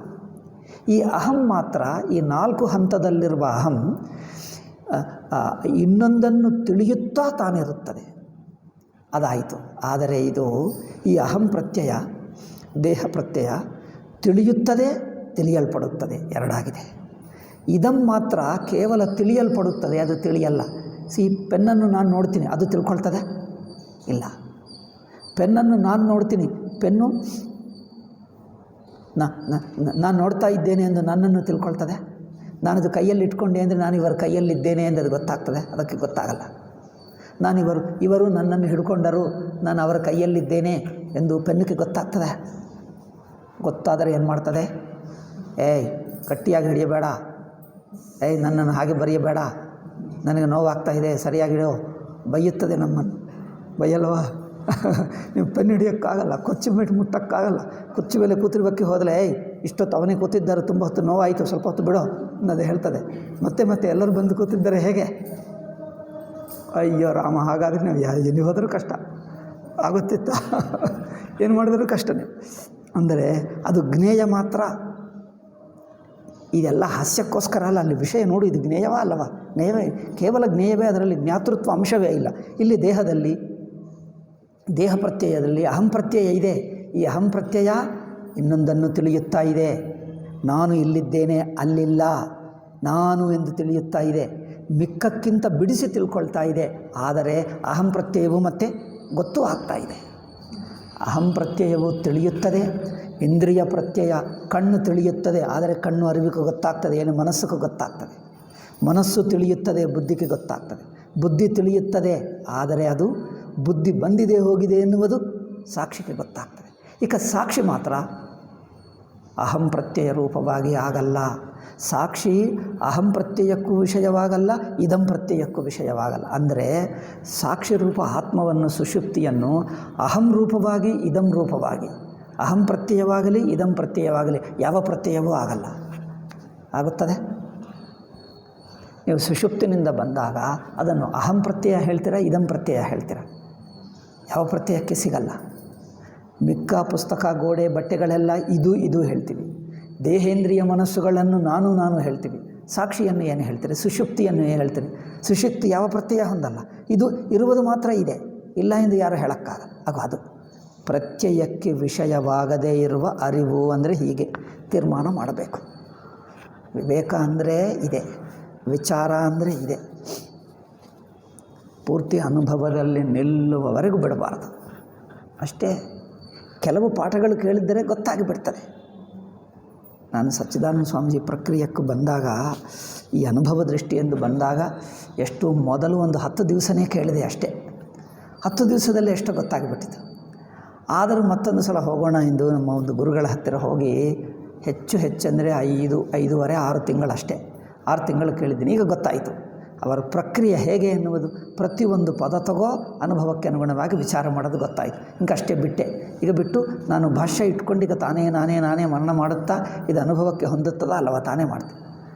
ಕೆಲವು ತಿಂಗಳು ಕೇಳಿದ್ದರೆ ಆ ಪ್ರಕ್ರಿಯೆ, ಆ ವಿಚಾರ ದೃಷ್ಟಿ ಏನು, ಆ ವಿಚಾರ ಪದ್ಧತಿ ಏನು ಗೊತ್ತಾಗಿಬಿಟ್ರೆ ಈಗ ನೀವು ಮಾಡ್ಕೊಳ್ಳಬಹುದು. ನೀವೇ ಮಾಡಿಕೊಳ್ಳಬಹುದು. ಏನು ಮಾಡಬೇಕಂದೇ ಅರ್ಥ. ಮಾಡಿಕೊಳ್ಳಬಹುದು ಅಲ್ಲ, ಮಾಡಬೇಕು ಎಂದ ಅರ್ಥ. ಇಲ್ಲದಿದ್ದರೆ ಪದ ಓದಿದ್ದರೆ ಮತ್ತೆ ಇದಕ್ಕೆ ಶಬ್ದಾರ್ಥ ಆಗಿದೆ, ಹೀಗಿದೆ. ಶಬ್ದಾರ್ಥ ಹೇಳುತ್ತಾ ಹೋದರೆ ಪಂಡಿತರಾಗ್ತಾರೆ, ವೇದಾಂತಿಗಳಾಗಲ್ಲ. ಆದ್ದರಿಂದ ಇಲ್ಲಿ ನೋಡಿ, ಅದೃಷ್ಟಂ ದ್ರಷ್ಟು 2 ಮಾತುಗಳು. ಅದೃಷ್ಟಂ ದ್ರಷ್ಟು 2 ಮಾತುಗಳು ಹೇಗೆ ಅರ್ಥವಾಗಬೇಕು? ಇಷ್ಟೆಲ್ಲ ವಿಚಾರ ಮಾಡಿದ್ದೀವಿ ನೋಡಿ, ಇಷ್ಟೆಲ್ಲ ಆಗಬೇಕು. ಅದು ಪೂರ್ತಿ ಅನುಭವದಲ್ಲಿ ನಿಲ್ಲುವವರೆಗೂ. ಅವಿಜ್ಞಾತಂ ವಿಜ್ಞಾತೃ, ಅದೇ ಅರ್ಥ. ಅದೃಷ್ಟಂ ದ್ರಷ್ಟು ವಿಜ್ಞಾತಂ ವಿಜ್ಞಾತು ಒಂದೇ. ಅಜಂ ಅಜರಂ ಅಮರಂ ಅಸ್ಥೂಲಂ ಅಣನು ಅಹಸ್ಸಂ ಅದೀರ್ಘಂ ಇತ್ಯಾದಿ ಶಾಸ್ತ್ರ ಪ್ರಸಿದ್ಧ. ಇತ್ಯಾದಿ ಈ ಮುಂತಾದ ಈ 4-5 ವಾಕ್ಯಗಳನ್ನು ಹೇಳಿ ಈ ವಾಕ್ಯಗಳ ಸಹಾಯದಿಂದ ತತ್ಪದಾರ್ಥವನ್ನು ವಿವೇಕ ಮಾಡಬೇಕು. ವಿವೇಕ ಅಂದರೆ ವಿಂಗಡ. ಈಗ ಇನ್ನೊಂದು ಹೇಳ್ತಾರೆ, ಸತ್ಯಂ ಜ್ಞಾನಮನಂತಂ ಬ್ರಹ್ಮ ಹೇಗೆ ಮಾಡಬೇಕು ಹಿಂದಿನ 1-2 ದಿವಸ ಹಿಂದೆ ಹೇಳಿದ್ದೇವೆ. ಇವತ್ತು ಅದೃಷ್ಟಂ ದ್ರಷ್ಟು ಹೇಳಿದ್ದೇವೆ. ನಿನ್ನೆ ಏನೋ ಬೇರೆ ಏನೋ ಹೇಳಿದ್ದೇವೆ. ಸುಮ್ಮನೆ ಪ್ರಕ್ರಿಯೆ ಕುರಿತು ಹೇಳಿದ್ದೇವೆ. ಪ್ರಕ್ರಿಯೆ ಡೈಲಿ ಬರುತ್ತದೆ. ನಿನ್ನನ್ನು ಸ್ವಲ್ಪ ಹೇಳಿದ್ದೇವೆ, ಇವತ್ತು ಹೇಳ್ತಾನೆ ಇದ್ದೀವಿ. ಪ್ರತಿ ದಿವಸ ಪ್ರಕ್ರಿಯೆ ಕುರಿತು ಬಂದೇ ಬಿಡ್ತದೆ. ಆಯಿತು. ಇವತ್ತೀಗ ಅದೃಷ್ಟಂ ದ್ರಷ್ಟು ವಿಜ್ಞಾತಂ ವಿಜ್ಞಾತರು 2 ಒಂದೇ ಆಗುವುದರಿಂದ ಅದು ಬಿಟ್ಟೆ. ಈಗ ಕೊನೆಗೂ ಅಜಂ ಅಜರಂ ಅಮರಂ ಒಂದು, ಅಸ್ಥೂಲಂ ಅಣನು ಅಹಸ್ವಂ ಇದು 2 ಹೇಳಬೇಕು. ಒಂದು ವಾಕ್ಯ ಇಟ್ಕೊಂಡರೆ 1 ಅವರ್ ಅದೇ ಆಗಿಬಿಡ್ತದೆ. ಟೈಮ್ ಎಷ್ಟಾಗ್ತದೆ ಅನ್ನಲ್ಲ, ಸ್ಪಷ್ಟತೆ ನಮಗೆ ಆಗ್ತಾಯಿದೆ ಅಲ್ಲ, ಅದು ಮುಖ್ಯ. ಆದ್ದರಿಂದ ನೋಡಿ, ಇದಕ್ಕೆ ಶಂಕರಾಚಾರ್ಯರು ತಾನೇ ಹೇಳಿಬಿಡ್ತಾ ಇದ್ದಾರೆ. ಅದಕ್ಕೋಸ್ಕರ ನಾನು ಹೇಳ್ತಾ ಇಲ್ಲ, ಅವರಿಗೆ ಬಿಟ್ಟೆ, ಅವರೇ ಹೇಳ್ತಾ ಇದ್ದಾರೆ. ಅಜಂ ಅಜರಂ ಅಮರಂ ಅಂದರೆ ಅಜಾದಿ ಶಬ್ದೈಹಿ. ಅಜ ಆದಿ ಅಂದರೆ ಮುಂತಾದ. ಅಜ ಅಜರ ಅಮರ. ಅಜ ಅಮರ ಅಜರ ಅಂದರೆ ಮುಪ್ಪಿಲ್ಲ ಎಂದರ್ಥ. ಈ ವಿಷಯಗಳನ್ನು ಅಜ ಅಜರ ಅಮರ ಈ ಪದಗಳು ಏನು ಮಾಡ್ತಾ ಇವೆ? ಅದರಲ್ಲಿರುವ ಜ ಅಂದರೆ ಜನ್ಮವನ್ನು ತೆಗೆಯುತ್ತವೆ. ಅಜಾದಿ ಶಬ್ದೈ ಜನ್ಮಾದಯೋ ಭಾವವಿಕಾರಾ ನಿವರ್ತಿತಾ. ಜನ್ಮ ಅಜ ಅಂದರೆ ಅಜ ಶಬ್ದ ಏನು ಮಾಡ್ತಾ ಇದೆ? ಜ ಅಂದರೆ ಜನ್ಮವನ್ನು ತೆಗೆಯುತ್ತಾ ಇದೆ. ದೆನ್ ಅಜರ ಏನು ಮಾಡ್ತದೆ? ಮುಪ್ಪನ್ನು ತೆಗೆಯುತ್ತಾ ಇದೆ. ಅಮರ ಅಂದರೆ ಏನು? ಮೃತ್ಯುವನ್ನು ತೆಗೆಯುತ್ತಾ ಇದೆ. ಅಜ ಅಂದರೆ ಜನ್ಮವನ್ನು, ಅಜರ ಅಂದರೆ ಮುಪ್ಪನ್ನು, ಅಮರ ಅಂದರೆ ಮರಣವನ್ನು. ಈ 3 ಅಜ ಅಜರ ಅಮರ ಎಂದು ನಿಷೇಧವಾಗ್ತಾ ಇದೆ. ಇದು ನಿಷೇಧ ಮಾಡಿ ತತ್ಪದಾರ್ಥವನ್ನು ತಿಳ್ಕೊಳ್ಳಬೇಕು. ಗೊತ್ತಾಯ್ತಾನೆ? ಗೊತ್ತಾಯ್ತಂತ ಹೇಳ್ತಾರೆ. ಗೊತ್ತಾಯ್ತಂದರೆ ಏನು? ಶಬ್ದಕ್ಕೆ ಅರ್ಥ ಗೊತ್ತಾಯಿತು, ಅನುಭವದಲ್ಲಿ ವಿಚಾರ ಆಗಲೇ ಇಲ್ಲ. ಅದು ನೋಡಿ, ಅದಾಗಬೇಕು. ನಾವು ಅಜ ಅಂದರೆ ಹೇಗೆ ನೋಡ್ತೀವಿ? ಜನ್ಮರಹಿತ ಅಂದರೆ ಜನ್ಮರಹಿತ ಗೊತ್ತಾಯ್ತು. ಅಂದರೆ ಜನ್ಮರಹಿತ ಅಂದರೆ ನೀವು ಜನ್ಮರಹಿತ ಆಗಿದ್ದೀಯಾ? ಅದೇ ಇಲ್ಲ, ಬಟ್ ಗೊತ್ತಾಯ್ತು ನಮಗೆ. ಹೇಗೆ ಗೊತ್ತಾಗ್ತದೆ? ನೀವು ಜನ್ಮರಹಿತವಾಗಿದ್ದರೆ ಗೊತ್ತಾಗ್ತದೆ, ಎಲ್ಲದರೂ ಗೊತ್ತಾಯ್ತು ಅಂದರೆ ಏನರ್ಥ? ಮಾತುಕ್ಕೆ ಅರ್ಥವಿಲ್ಲ.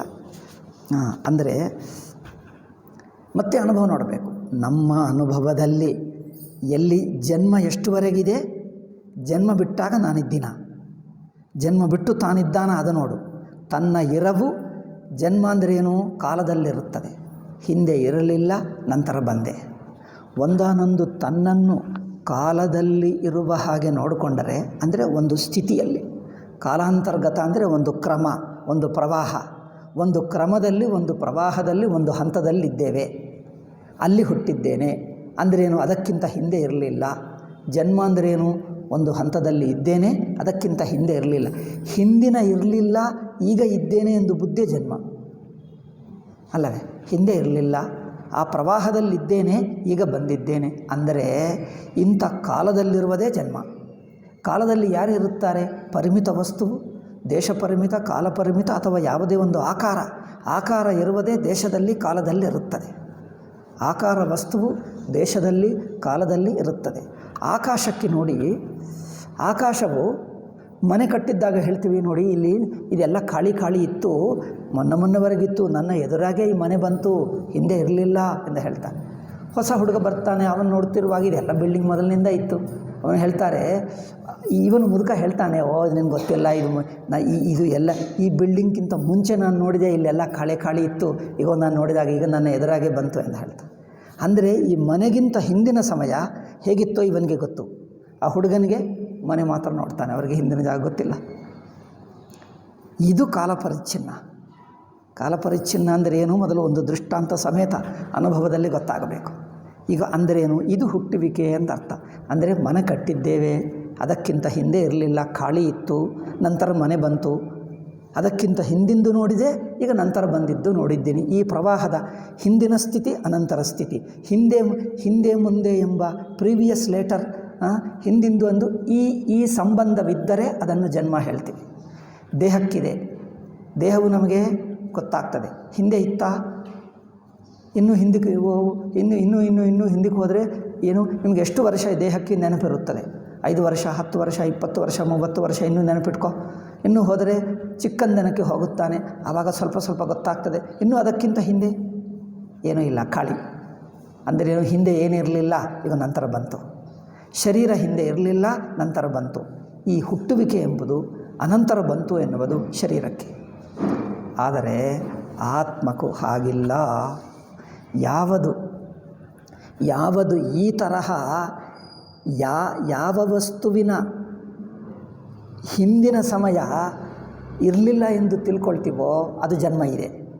ಯಾವುದಕ್ಕೆ ಹಿಂದಿನದು ಇಲ್ಲ, ಹಿಂದಿನದೇ ಊಹಿಸೋಕ್ಕಾಗಲ್ಲವೋ ಅದು ಅಜನ್ಮ, ಜನ್ಮರಹಿತ. ಆಕಾಶ ನೋಡಿ, ಮನೆ ಕಟ್ಟಿದ್ದು ನೋಡಿದ್ದೇವೆ, ಹಿಂದೆ ಖಾಲಿ ಇತ್ತು ಹೇಳ್ತೀವಿ. ಆಕಾಶಕ್ಕೆ ಹಿಂದೆ ಮನೆ ಕಟ್ಟುವಕ್ಕೆ ಮುಂಚೆ ಖಾಲಿ ಜಾಗ ಇತ್ತು. ಖಾಲಿ ಜಾಗಕ್ಕೂ ಮುಂಚೆ ಏನಿತ್ತು? ಖಾಲಿ ಜಾಗಕ್ಕೆ ಅಂದರೆ ಆಕಾಶ. ಆಕಾಶಂ ಗಗನಂ ಶೂನ್ಯಂ ಎಂದು ಹೇಳ್ತದೆ ಅಮರಕೋಶ. ಶೂನ್ಯಂ ಎಂಬ ಮಾತು ಆಕಾಶ ಅರ್ಥದಲ್ಲಿ ಬಳಸ್ತಾರೆ. ಅಂದರೆ ಈ ಕಾಲದಲ್ಲಿ ಖಾಲಿ ಜಾಗ ಹೇಳ್ತಿರಲ್ಲ, ಖಾಲಿ ಅಂದರೆ ಶೂನ್ಯಂ. ಆಕಾಶಂ ಗಗನಂ ಶೂನ್ಯಂ ಅಮರಕೋಶ ಹೇಳ್ತದೆ. ಅಂದರೆ ಶೂನ್ಯಂ ಅಂದರೆ ಖಾಲಿ ಎಂದರ್ಥ, ಖಾಲಿ ಅಂದರೆ ಆಕಾಶ ಎಂದರ್ಥ ಅಷ್ಟೇ ಹೊರತು ನಮಗೆ ಆಕಾಶವಿಲ್ಲದಂಥದ್ದೇನಿಲ್ಲ. ಆಕಾಶವಿಲ್ಲದು ಬ್ರಹ್ಮೆ, ಕೇವಲ ಶೂನ್ಯ ಎಂಬುದಿಲ್ಲ. ನಮಗೆ ಕೇವಲ ಶೂನ್ಯ ಎಂಬುದಿಲ್ಲ, ಬ್ರಹ್ಮ ಇದೆ, ಜಗತ್ತಿದೆ ಅಷ್ಟೇ, ಕೇವಲ ಶೂನ್ಯ ಎಂಬುದಿಲ್ಲ. ಆದ್ದರಿಂದ ಆಕಾಶ ಅಂದರೆ ಖಾಲಿ ಅಂದರೆ ಆಕಾಶವೇ. ಆಕಾಶಕ್ಕೂ ಹಿಂದೆ ಮನೆ ನೋಡಿದ್ರಿ, ಮನೆ ಕಟ್ಟುವಕ್ಕೆ ಮುಂಚೆ ಖಾಲಿ ಜಾಗ ನೋಡಿದೆ. ಖಾಲಿ ಜಾಗಕ್ಕೆ ಮುಂಚೆ ಅಂಥದ್ದೇನಿಲ್ಲವೇ? ಮೊದಲಿನಿಂದ ಖಾಲಿ ಇರುತ್ತಾ ಇದೆ, ಆಕಾಶ ಇರುತ್ತಲೇ ಇದೆ. ಆಕಾಶ ಇರುತ್ತಲೇ ಇದೆ. ಎಂದಿಗೆ ನೋಡಿದ್ದರೂ ಹಿಂದೆ ಇತ್ತು, ಇರುತ್ತಲೇ ಇದೆ. ಇದು ಇರುವಿಕೆನೇ ಗೊತ್ತಾಗ್ತದೆ ಹೊರತು ಇರಲಿಲ್ಲ ಎಂಬ ಅನುಭವ ಇದೆಯಾ ನಿಮಗೆ? ಇಲ್ಲ. ಅಂದರೆ ಆಕಾಶಕ್ಕೆ ಜನ್ಮ ಇಲ್ಲ, ಆಯಿತಾ? ಆಕಾಶಕ್ಕೆ ಜನ್ಮ ಇಲ್ಲ, ಮನೆಗೂ ಜನ್ಮ ಇತ್ತು. ಈಗ ವ್ಯತ್ಯಾಸ ಗೊತ್ತಾಯ್ತಾ? ಜನ್ಮ ಇರುವುದಂದ್ರೇನು, ಜನ್ಮ ಇಲ್ಲದಿರುವಿಕೆ ಅಂದ್ರೇನು, ಈಗ ಈ ವ್ಯತ್ಯಾಸ ಗೊತ್ತಾಗುತ್ತೆ. ಹಾಗೆ ದೇಹಕ್ಕೆ ಜನ್ಮ ಇದೆ. ಇದು ದೇಹ ವಿಚಾರ ಮಾಡ್ತಾ ಇಲ್ಲ, ದೇಹ ವಿಚಾರ ತ್ವಂಪದಾರ್ಥ ಆಗುತ್ತದೆ. ತತ್ಪದಾರ್ಥ ಮಾಡ್ತಾ ಇದ್ದೀವಲ್ಲ, ದೇಹ ಪಕ್ಕಕ್ಕಿಟ್ಟು ಅದು ಮಾಡೋಣ. ದೇಹವು ಬಂದುಬಿಡ್ತದೆ, ತಾನು ಬಂದುಬಿಡ್ತದೆ. ಬಟ್ ಮುಖ್ಯವಾಗಿ ತತ್ಪದಾರ್ಥ ವಿವೇಕ ಆಗುವುದರಿಂದ ಇಡೀ ಜಗತ್ತಿಟ್ಕೊಳ್ಳೋಣ. ಇಡೀ ಜಗತ್ತಂದರೆ ಎಚ್ಚರ ಪ್ರಪಂಚ. ಇಡೀ ಎಚ್ಚರ ಅವಸ್ಥೆಯನ್ನು ನೋಡ್ತಾ ಇದ್ದೀವಿ. ತತ್ಪದಾರ್ಥ ತ್ವಂಪದಾರ್ಥ ಹೇಳುವಾಗ ದೇಹವನ್ನೇ ಪ್ರತ್ಯೇಕವಾಗಿ ಇಟ್ಕೊಂಡು ವಿಚಾರ ಮಾಡ್ತೀವಿ. ಈಗ ಒಟ್ಟು ಎಚ್ಚರ ಪ್ರಪಂಚ, ಅಜಂ ಅಜರಂ ಅಮರಂ ಯಾರು ಕುರಿತು ಹೇಳ್ತಾ ಇದ್ದಾರೆ? ಒಟ್ಟು ಎಚ್ಚರ ಪ್ರಪಂಚ. ಒಟ್ಟು ಎಚ್ಚರ ಪ್ರಪಂಚದಲ್ಲಿ ಒಂದೊಂದು ವಸ್ತು ಹುಟ್ಟುವಕ್ಕೆ ಮುಂಚೆ ಗೊತ್ತು. ನೋಡಿ, ಈ ಮನೆ ಕಟ್ಟುವಕ್ಕೆ ಮುಂಚೆ ಗೊತ್ತು, ಇನ್ನೇನು ಈ ಬಟ್ಟೆ ತಯಾರಾಗುವಕ್ಕಿಂತ ಗೊತ್ತು, ಇನ್ನು ಏನೇನು ಪದಾರ್ಥಗಳಿವೆಯೋ ಹಿಂದಿನ ಕಾಲ ಇತ್ತು. ಕೆಲವು ನಾವು ನೋಡದಿದ್ದರೂ ಅದು ಯಾವ ವಸ್ತುವಿಗೆ ಆಕಾರವಿರುತ್ತದೋ ಅದು ಒಂದು ಹಿಂದೆ ತಯಾರಾಗಿತ್ತು, ಹಿಂದೆ ಇರಲಿಲ್ಲ, ಅನಂತರ ಹುಟ್ಟಿತು ಎಂದು ಒಂದು ಸಾಮಾನ್ಯ ನಿಯಮ. ಎಲ್ಲ ವಸ್ತುಗಳು ನಾವೇನು ನೋಡಬೇಕಾಗಿಲ್ಲ. ಕೆಲವು ದೊಡ್ಡ ದೊಡ್ಡ ಬಿಲ್ಡಿಂಗ್ಸ್ ಇರುತ್ತವೆ, ನಾವು ನೋಡಲಿಲ್ಲ ಕಟ್ಟುವಾಗ. ನಾನು ಕಟ್ಟುವಾಗ ನೋಡಲಿಲ್ಲ, ಅದರಿಂದ ಇದು ಅನಾದಿ, ಇದು ಯಾರೂ ಕಟ್ಟಲಿಲ್ಲ ಎಂದು ಹೇಳ್ತೀವ? ಒಂದು ದೊಡ್ಡ ಬಿಲ್ಡಿಂಗ್ ಇರುತ್ತದೆ, ನಾವು ನೋಡಲಿಲ್ಲ, ಅದರಿಂದ ನೋಡಿ ಬೆಂಗಳೂರು ಸಿಟಿ ಮೊದಲು ಹೇಗೆ ಶುರುವಾಯಿತು? ಮೊದಲು ಇಲ್ಲೆಲ್ಲ ಕಾಡಿತ್ತು, ಇಡೀ ಬೆಂಗಳೂರು ನಗರ ಖಾಲಿ ಇತ್ತು, ಅದು ನಾವು ನೋಡಲಿಲ್ಲ, ಅದರಿಂದ ಬೆಂಗಳೂರು ಅನಾದಿ, ಯಾರೂ ಹುಟ್ಟಲೇ ಇಲ್ಲ, ಜನ್ಮರಹಿತ ಎಂದು ಹೇಳ್ತೀರ. ಅಂದರೆ ಆಕಾರ ವಸ್ತುವೆಲ್ಲ ಒಂದು ತಯಾರಾಯಿತು ಎಂದು ನೋಡಿದ್ದೇವೆ ತಿಳಿಯುವುದರಿಂದ. ಇನ್ನೊಂದು ಆಕಾರ ವಸ್ತುವು ನಾವು ಅದರ ಹುಟ್ಟುವಿಕೆ, ಅದು ಕಟ್ಟುವುದನ್ನು ನೋಡದಿದ್ದರೂ ಅದು ಯಾರೋ ಒಬ್ಬರು ಕಟ್ಟಿದ್ದಾರೆ, ಅದು ಕಟ್ಟುವಕ್ಕೆ ಮುಂಚೆ ಇರಲಿಲ್ಲ ಎನ್ನುವುದು ಮಾತ್ರ ಗೊತ್ತಾಗ್ತದೆ. ಏಕೆ? ಸಾಮಾನ್ಯ ಅನುಮಾನ ಪ್ರಮಾಣದಿಂದ ಗೊತ್ತಾಗ್ತದೆ. ಒಂದು ವಸ್ತುವು ತಯಾರಾಗುವುದು ನೋಡಿ, ಮಿಕ್ಕ ವಸ್ತುವು ಅದೇ ತರಹ ಇರುವುದರಿಂದ ಅದನ್ನು ನೇರಾಗಿ ನಾನು ನೋಡದಿದ್ದರೂ ಬೇರೆ ಯಾರೋ ನೋಡಿದ್ದಾರೆ, ಅದು ಕಟ್ಟಲ್ಪಟ್ಟಿದೆ. ಅದು ಕಟ್ಟದೆ ತಾನು ಇರುವಂಥ ಸ್ವತಃ ಸಿದ್ಧವಲ್ಲ ಹೇಳ್ತೀವಲ್ಲವ. ನಾನು ನೋಡದಿದ್ದರೂ ಅದಾಗಿದೆ. ಮಿಕ್ಕ ಪದಾರ್ಥಗಳನ್ನೆಲ್ಲ ಹುಟ್ಟಿದ್ದು ಎಂದು ತೀರ್ಮಾನ ಮಾಡ್ತೀವಿ. ಪಂಚಭೂತಗಳೇ ಹಿಂದೆ ಇರಲಿಲ್ಲ ಎಂದು ಯಾರಾದರೂ ನೋಡಿದ್ದಾರೆ? ಪೃಥ್ವಿಗಿಂತ ಮುಂಚೆ ಏನಿತ್ತು? ಪಂಚಭೂತಕ್ಕಿಂತ ಮುಂಚೆ ನಾನು ನೋಡೋಕ್ಕೆ ಹೋಗಲ್ಲ. ಏಕಪ್ಪ, ಈಗ ಸ್ವಲ್ಪ ಹೋಗಿ ನೋಡಿ ಬಾ. ಪಂಚಭೂತಗಳು ಹುಟ್ಟುವಕ್ಕೆ ಮುಂಚೆ, ಪೃಥ್ವಿ ಹುಟ್ಟುವಕ್ಕೆ ಮುಂಚೆ ನೋಡಿ ಬಾ ಎಂದು. ಎಲ್ಲಿ ಅಂದರೆ ಅದು ನನಗೆ ಗೊತ್ತಿಲ್ಲ, ನೀನೇ ಹೋಗಿ ಹುಡ್ಕೊಂಡು ನೋಡಿ ಬಾ. ಪೃಥ್ವಿ ಹುಟ್ಟುವಕ್ಕೆ ಮುಂಚೆ ಎಲ್ಲಿ ಹೋಗ್ತೀವಿ? ನಿಮ್ಮ ದೇಹವು ಪೃಥ್ವಿ ಹುಟ್ಟುವಕ್ಕೆ ಮುಂಚೆ ಅಂದರೆ ನಿಮ್ಮ ದೇಹ ಹುಟ್ಟುವಕ್ಕೆ ಮುಂಚೆ ನೋಡಿ ಬಾ. ದೇಹಕ್ಕೆ ಮುಂಚೆ ಎಲ್ಲಿ ಹೋಗ್ತೀಯಪ್ಪ? ನಿಮ್ಮ ದೇಹವಿಲ್ಲದ ಜಾಗಕ್ಕೆ ಹೋಗಬೇಕು, ಅದು ಹೋಗೋಕ್ಕಾಗಲ್ಲ. ಆದರೆ ಆಕಾಶಕ್ಕೆ ಮುಂಚೆ ಯಾರಾದರೂ ನೋಡಿದ್ದಾರಾ? ಪಂಚಭೂತಗಳಲ್ಲಿ ಆಕಾಶ ಇದೆ. ಪೃಥ್ವಿ, ಜಲ, ಅಗ್ನಿ, ವಾಯು, ಆಕಾಶ. ಅಂದರೆ ಈ ಪಂಚಭೂತಗಳಿಂದ ತಯಾರಾಗಿರುವ ಮಿಕ್ಕ ಆಕಾರಗಳನ್ನೆಲ್ಲ ನೋಡ್ತಾ ಇದ್ದೀವಿ.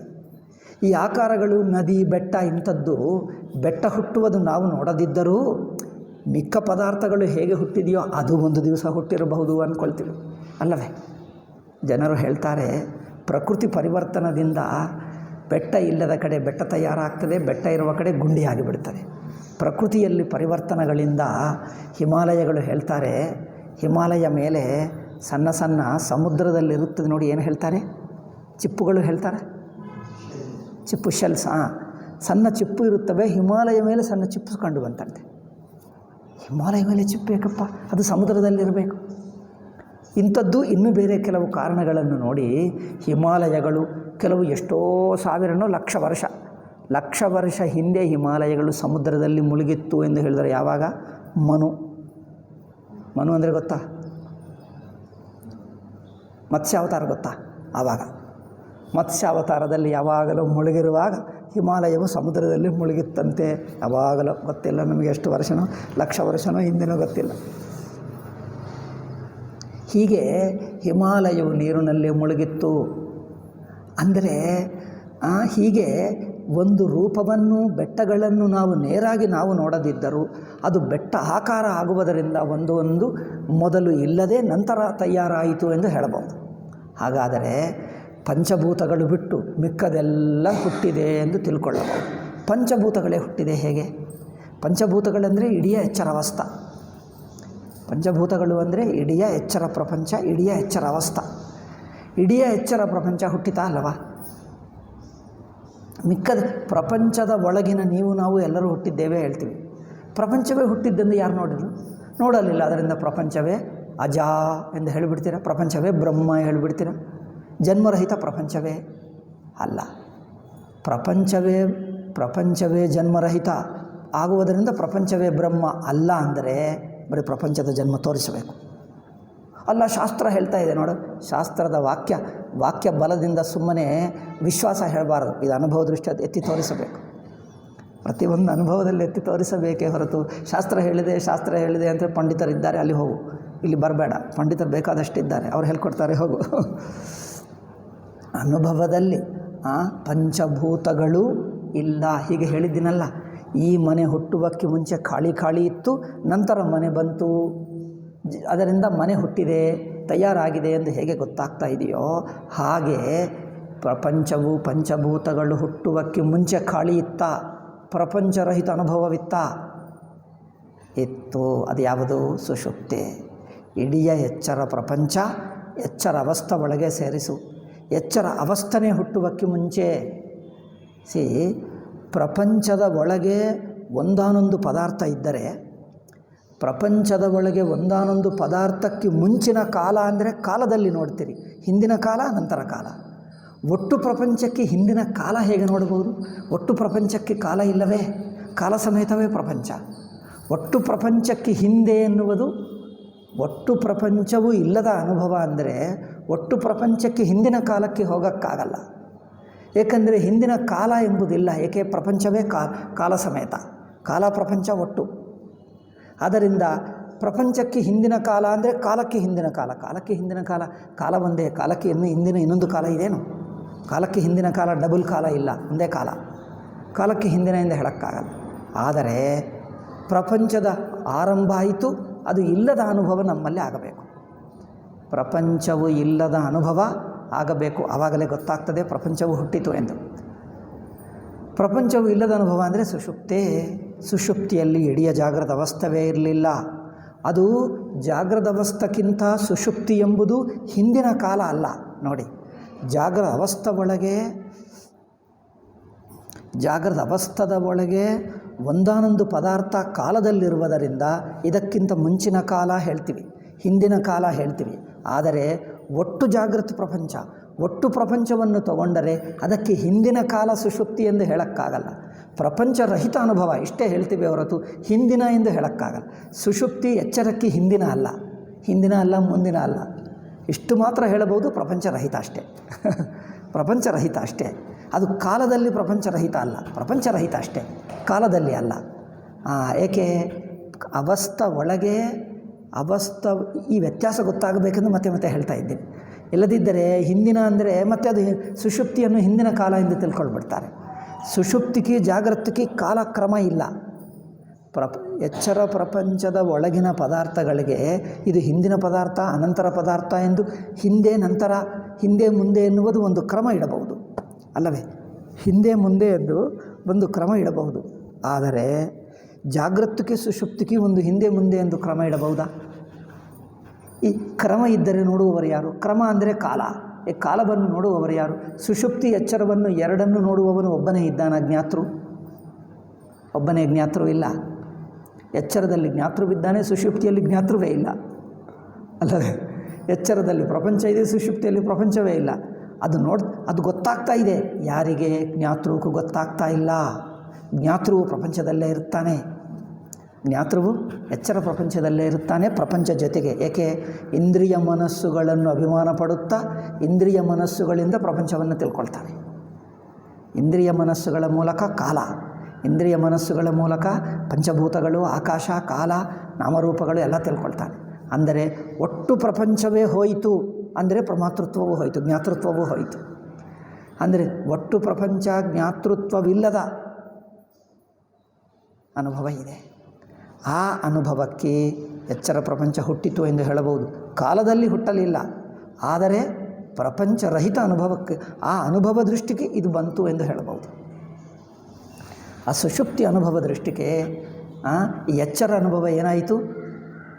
ಸುಷುಪ್ತಿಯಲ್ಲಿ ಇಲ್ಲದೆ ತೋರುಕೊಂಡಿದೆ ಹೇಳ್ತೀವಿ. ಇಲ್ಲದೆ ಹುಟ್ಟಿತು ಎಂದು ಹೇಳಲ್ಲ, ಇಲ್ಲದೆ ತೋರುಕೊಂಡಿತು ವ್ಯತ್ಯಾಸ ಹೇಳ್ತೀವಿ.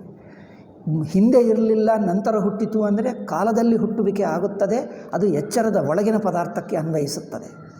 ಆದರೆ ಒಟ್ಟು ಎಚ್ಚರ ಪ್ರಪಂಚಕ್ಕೆ ನೋಡಿದ್ದರೆ ಅದು ಸುಷುಪ್ತಿಯಲ್ಲಿಲ್ಲ, ತೋರ್ಕೊಂಡಿತು ಅಷ್ಟೇ ಹೇಳ್ತೀವಿ ಹೊರತು ಹಿಂದೆ ಮುಂದೆ ಎಂದು ಕಾಲ ಇಡಲ್ಲ. ಅದು ನೋಡಿ, ಕಾಲ ಹೇಳದೆ ಎಚ್ಚರದ ಜನ್ಮ ನೋಡ್ತಾ ಇದ್ದೀವಿ, ಎಚ್ಚರ ಪ್ರಪಂಚದ ಜನ್ಮ ನೋಡ್ತಾ ಇದ್ದೀವಿ. ಕಾಲ ಹೇಳದೆ ಇದಕ್ಕೆ ಜನ್ಮ ಗೊತ್ತ. ಜನ್ಮ ಅಂದರೆ ತೋರಿಕೆ. ಎಚ್ಚರ ಪ್ರಪಂಚ ತೋರ್ತದೆ, ಸುಷುಪ್ತಿಯಲ್ಲಿ ತೋರಲಿಲ್ಲ. ಓಕೆ, ತೋರಲಿಲ್ಲ ಅಂದರೆ ಈ ತೋರಿದ್ದು ಯಾರು ತೋರಿದ್ದಾರೆ? ಆ ಇರವು. ಸುಷುಪ್ತಿ ಯಾವ ಅರಿವು ಇರವಿನ ರೂಪವಿದೆಯೋ ಆ ಇರವು ಇದ್ದುಕೊಂಡು ಪ್ರಪಂಚಾಕಾರದಲ್ಲಿ ತೋರಲಿಲ್ಲ. ಎಚ್ಚರದಲ್ಲಿ ಏನಾಗ್ತಾ ಇದೆ? ಅದೇ ಅರಿವು ಪ್ರಪಂಚಾಕಾರವಾಗಿ ತೋರ್ತ. ಅದೇ ಅರಿವು ಅಂದರೆ ಈ ಪ್ರಜ್ಞೆ, ಎಚ್ಚರ ಪ್ರಜ್ಞೆ ಇದೆ ನೋಡಿ, ಈ ಪ್ರಜ್ಞೆನೇ ಸುಷುಪ್ತಿ. ಈ ಎಚ್ಚರ ಅರಿವಿದೆ ನೋಡಿ, ಇದೇ ಸುಷುಪ್ತಿ. ಸುಷುಪ್ತಿಯಲ್ಲಿ ಕೇವಲ ಅರಿವಿತ್ತು, ಪ್ರಪಂಚವಿಲ್ಲದೆ ಅಂದರೆ ಜ್ಞಾತೃಜ್ಞೇಯವಿಲ್ಲದೆ ಅರಿವಿತ್ತು. ಈಗ ಆ ಅರಿವೇ ಪ್ರಪಂಚಾಕಾರವಾಗಿ ತೋರ್ತಾ ಇದೆ. ಆ ಅರಿವೇ ಪ್ರಪಂಚಾಕಾರವಾಗಿ ತೋರ್ತಾ ಇದೆ ಅಂದರೆ ಏನು? ಆ ಅರಿವು ಇದ್ದುಕೊಂಡು ಪ್ರಪಂಚಾಕಾರವನ್ನು ಬಿಟ್ಟು ಅರಿವು ಉಳಿದಿದೆ. ಇದನ್ನು ಅಜರ ಅಮರ ಅಂದರೆ ಇಲ್ಲಿ ನೋಡಿ, ಜನ್ಮಾದಿ ಭಾವವಿಕಾರ ನಿವರ್ತಿತಾ. ಜನ್ಮ ಮುಂತಾದ ವಿಕಾರಗಳನ್ನು ವಿಕಾರ ಅಂದರೆ ಪರಿಣಾಮವನ್ನು ನಿಷೇಧ ಮಾಡ್ತಾ ಇದ್ದೀವಿ, ಅಂದರೆ ನಿಷೇಧ ಮಾಡ್ತಾ ಇದ್ದೀವಿ. ಇದು ನಿಷೇಧ ಮಾಡಿದ್ದು ಎಲ್ಲಿ? ಮೊದಲೇ ಹೇಳಿದ್ದೀವಿ, ಒಂದು ಅನುಭವ ಇಟ್ಟುಕೊಂಡು ಮೇಲಿನ ಆಕಾರ ನಿಷೇಧ ಮಾಡುವಾಗ ಆಧಾರ ಇರಬೇಕು. ನಿಷೇಧ ಎಲ್ಲಿ ಮಾಡ್ತೀವಿ? ಇದು ನೋಡಿ, ಪೆನ್ನು ತೆಗೆದು ಬಿಟ್ಟರೆ ತೆಗೆದಿದ್ದಾಗ ಎಲ್ಲಿ ತಲುಪುತ್ತೀವೋ ಆಧಾರ ಇರಬೇಕು. ಇದು ತೆಗೆದು ಬಿಟ್ಟಾಗ ಎಲ್ಲಿ ತಲುಪುತ್ತೇವೆ? ಪುಸ್ತಕ ಮೇಲೆ ಪೆನ್ನಿ, ಬಟ್ಟೆ ಮೇಲೆ ಪೆನ್ನಿದೆ. ಪೆನ್ನು ತೆಗೆದಿಟ್ಟರೆ ಪೆನ್ನಿನ ನಿಷೇಧ ಎಲ್ಲಿ ತಲುಪುತ್ತದೆ? ಬಟ್ಟೆ ಮೇಲೆ ತಲುಪುತ್ತದೆ. ಬಟ್ಟೆ ತೆಗೆದಿದ್ದರೆ ಟೇಬಲ್ ಮೇಲೆ ತಲುಪುತ್ತದೆ. ಟೇಬಲ್ ತೆಗೆದಿದ್ದರೆ ಆ ಕೆಳಗಿನ ಟೇಬಲ್ಗೆ, ಆ ಟೇಬಲ್ ತೆಗೆದಿದ್ದರೆ ಭೂಮಿ ಮೇಲಕ್ಕೆ ತಲುಪುತ್ತದೆ. ಯಾವುದೋ ನಿಷೇಧಕ್ಕೆ ಆಧಾರ ಇರುತ್ತದೆ. ಈ ನಿಷೇಧ ಎಲ್ಲಿ ಆಗುತ್ತದೆ? ಹಾಗೆ ಎಚ್ಚರ ಪ್ರಪಂಚ ನಿಷೇಧ ಮಾಡಿದ್ದರೆ ಎಲ್ಲಿ ತಲುಪುತ್ತದೆ? ಅರಿವಿನಲ್ಲಿ, ಇರವಿನಲ್ಲಿ. ಶುದ್ಧ ಅರಿವು, ಶುದ್ಧ ಇರವು. ಇದಿ ಹಾಗೆ ಹೀಗೆ ಎಂಬುದು ಏನಿಲ್ಲ. ಸುಮ್ಮನೆ ಅರಿವು, ಸುಮ್ಮನೆ ಇರವು. ಆ ಸುಮ್ಮನೆ ಇರವಿನಲ್ಲಿ ಈ ಎಚ್ಚರ ಪ್ರಪಂಚ ತೋರ್ತಾ ಇದೆ. ಇದನ್ನು ನಿಷೇಧ ಮಾಡಿ ಆ ಅರಿವಿನಲ್ಲಿ ತಲುಪುತ್ತೇವೆ. ಆದ್ದರಿಂದ ಆ ಅರಿವೇ ತತ್ಪದಾರ್ಥ. ಹೀಗೆ ಅರ್ಥ ಮಾಡಿಕೊಳ್ಳಬೇಕು. ಅಂದರೆ ತತ್ಪದಾರ್ಥದಲ್ಲಿ ಅಜರ ಅಮರ ಇವನ್ನು ನಿಷೇಧ ಮಾಡಿ ತಿಳಿಸುತ್ತದೆ. ನಿಷೇಧ ಅಂದರೆ ಜನ ಏನು ತಿಳ್ಕೊಳ್ತೀವಿ? ಜನಲ್ಲಿ ಜಗತ್ತಿಲ್ಲ, ಪ್ರಪಂಚವಿಲ್ಲ, ಇಲ್ಲ ಏನಿಲ್ಲ ಅಂದರೆ ಮೈಂಡು ಖಾಲಿ ಆಗ್ತಾ ಇದೆಲ್ಲ. ಖಾಲಿಯಾದರೆ ವೇದಾಂತ ಆಗಲ್ಲ. ಅದು ಏನಿಲ್ಲ ಅಂದರೆ ನೀವು ಮನಸ್ಸನ್ನು ಊಹಿಸ್ಕೊಳ್ತಾ ಇದ್ದರೆ ಊಹೆ ನಿಲ್ಲಿಸ್ತಾ ಇದ್ದೀರಿ ಅಷ್ಟೇ. ಪ್ರಪಂಚ ಊಹಿಸ್ಕೊಳ್ತಾರೆ, ಊಹಿಸ್ಕೊಳ್ಳುವುದು, ಊಹೆ ನಿಲ್ಲಿಸುವುದು, ಇದರಿಂದ ಏನಾಗ್ತದೆ? ಇದು ಕಲ್ಪನಾ ಆಗುತ್ತದೆ. ಇದೇನು ವೇದಾಂತ ಆಗಲ್ಲ, ಕಲ್ಪನಾ ಆಗುತ್ತದೆ. ಅಂದರೆ ಎಚ್ಚರ ಅಂದರೆ ಏನು? ಎಚ್ಚರ ಪ್ರಪಂಚ ಅಂದರೆ ಎಚ್ಚರ ಅರಿವಿನಲ್ಲಿ ತೋರುವ ಪ್ರಪಂಚ. ನಾನೆಂಬ ರೂಪವಾಗಿ, ಜಗತ್ತಿನ ರೂಪವಾಗಿ, ನಾನು ಎಂದು ರೂಪವಾಗಿ, ಇದಂ ರೂಪವಾಗಿ, ಅಹನ್ ರೂಪ ಇದನ್ ರೂಪವಾಗಿ ತೋರಿಕೆನೇ ಪ್ರಪಂಚ. ಈ ಪ್ರಪಂಚ ಯಾರಿಗೆ? ಅರಿವಿನಲ್ಲಿ, ಎರವಿನಲ್ಲಿ ತೋರ್ತಾ ಇದೆ. ಈ ಪ್ರಪಂಚವನ್ನು ಸುಷುಪ್ತಿಯಲ್ಲಿ ನಿಷೇಧ ಮಾಡಿದ್ದಾಗ ಏನು ಉಳಿಯುತ್ತದೆ? ಅರಿವು ಉಳಿಯುತ್ತದಾ? ಅರಿವು ಇರುವು ಅದು ಉಳಿಯಲ್ಲದೆ ಸುಮ್ಮನೆ ಎರವು ಉಳಿಯಲ್ಲ. ಅಂದರೆ ಸುಷುಪ್ತಿ ಎಂಬ ಅನುಭವವೇ ಇರುತ್ತಿರಲಿಲ್ಲ. ಸುಷುಪ್ತಿ ಅನುಭವ ಇದೆಯಾ?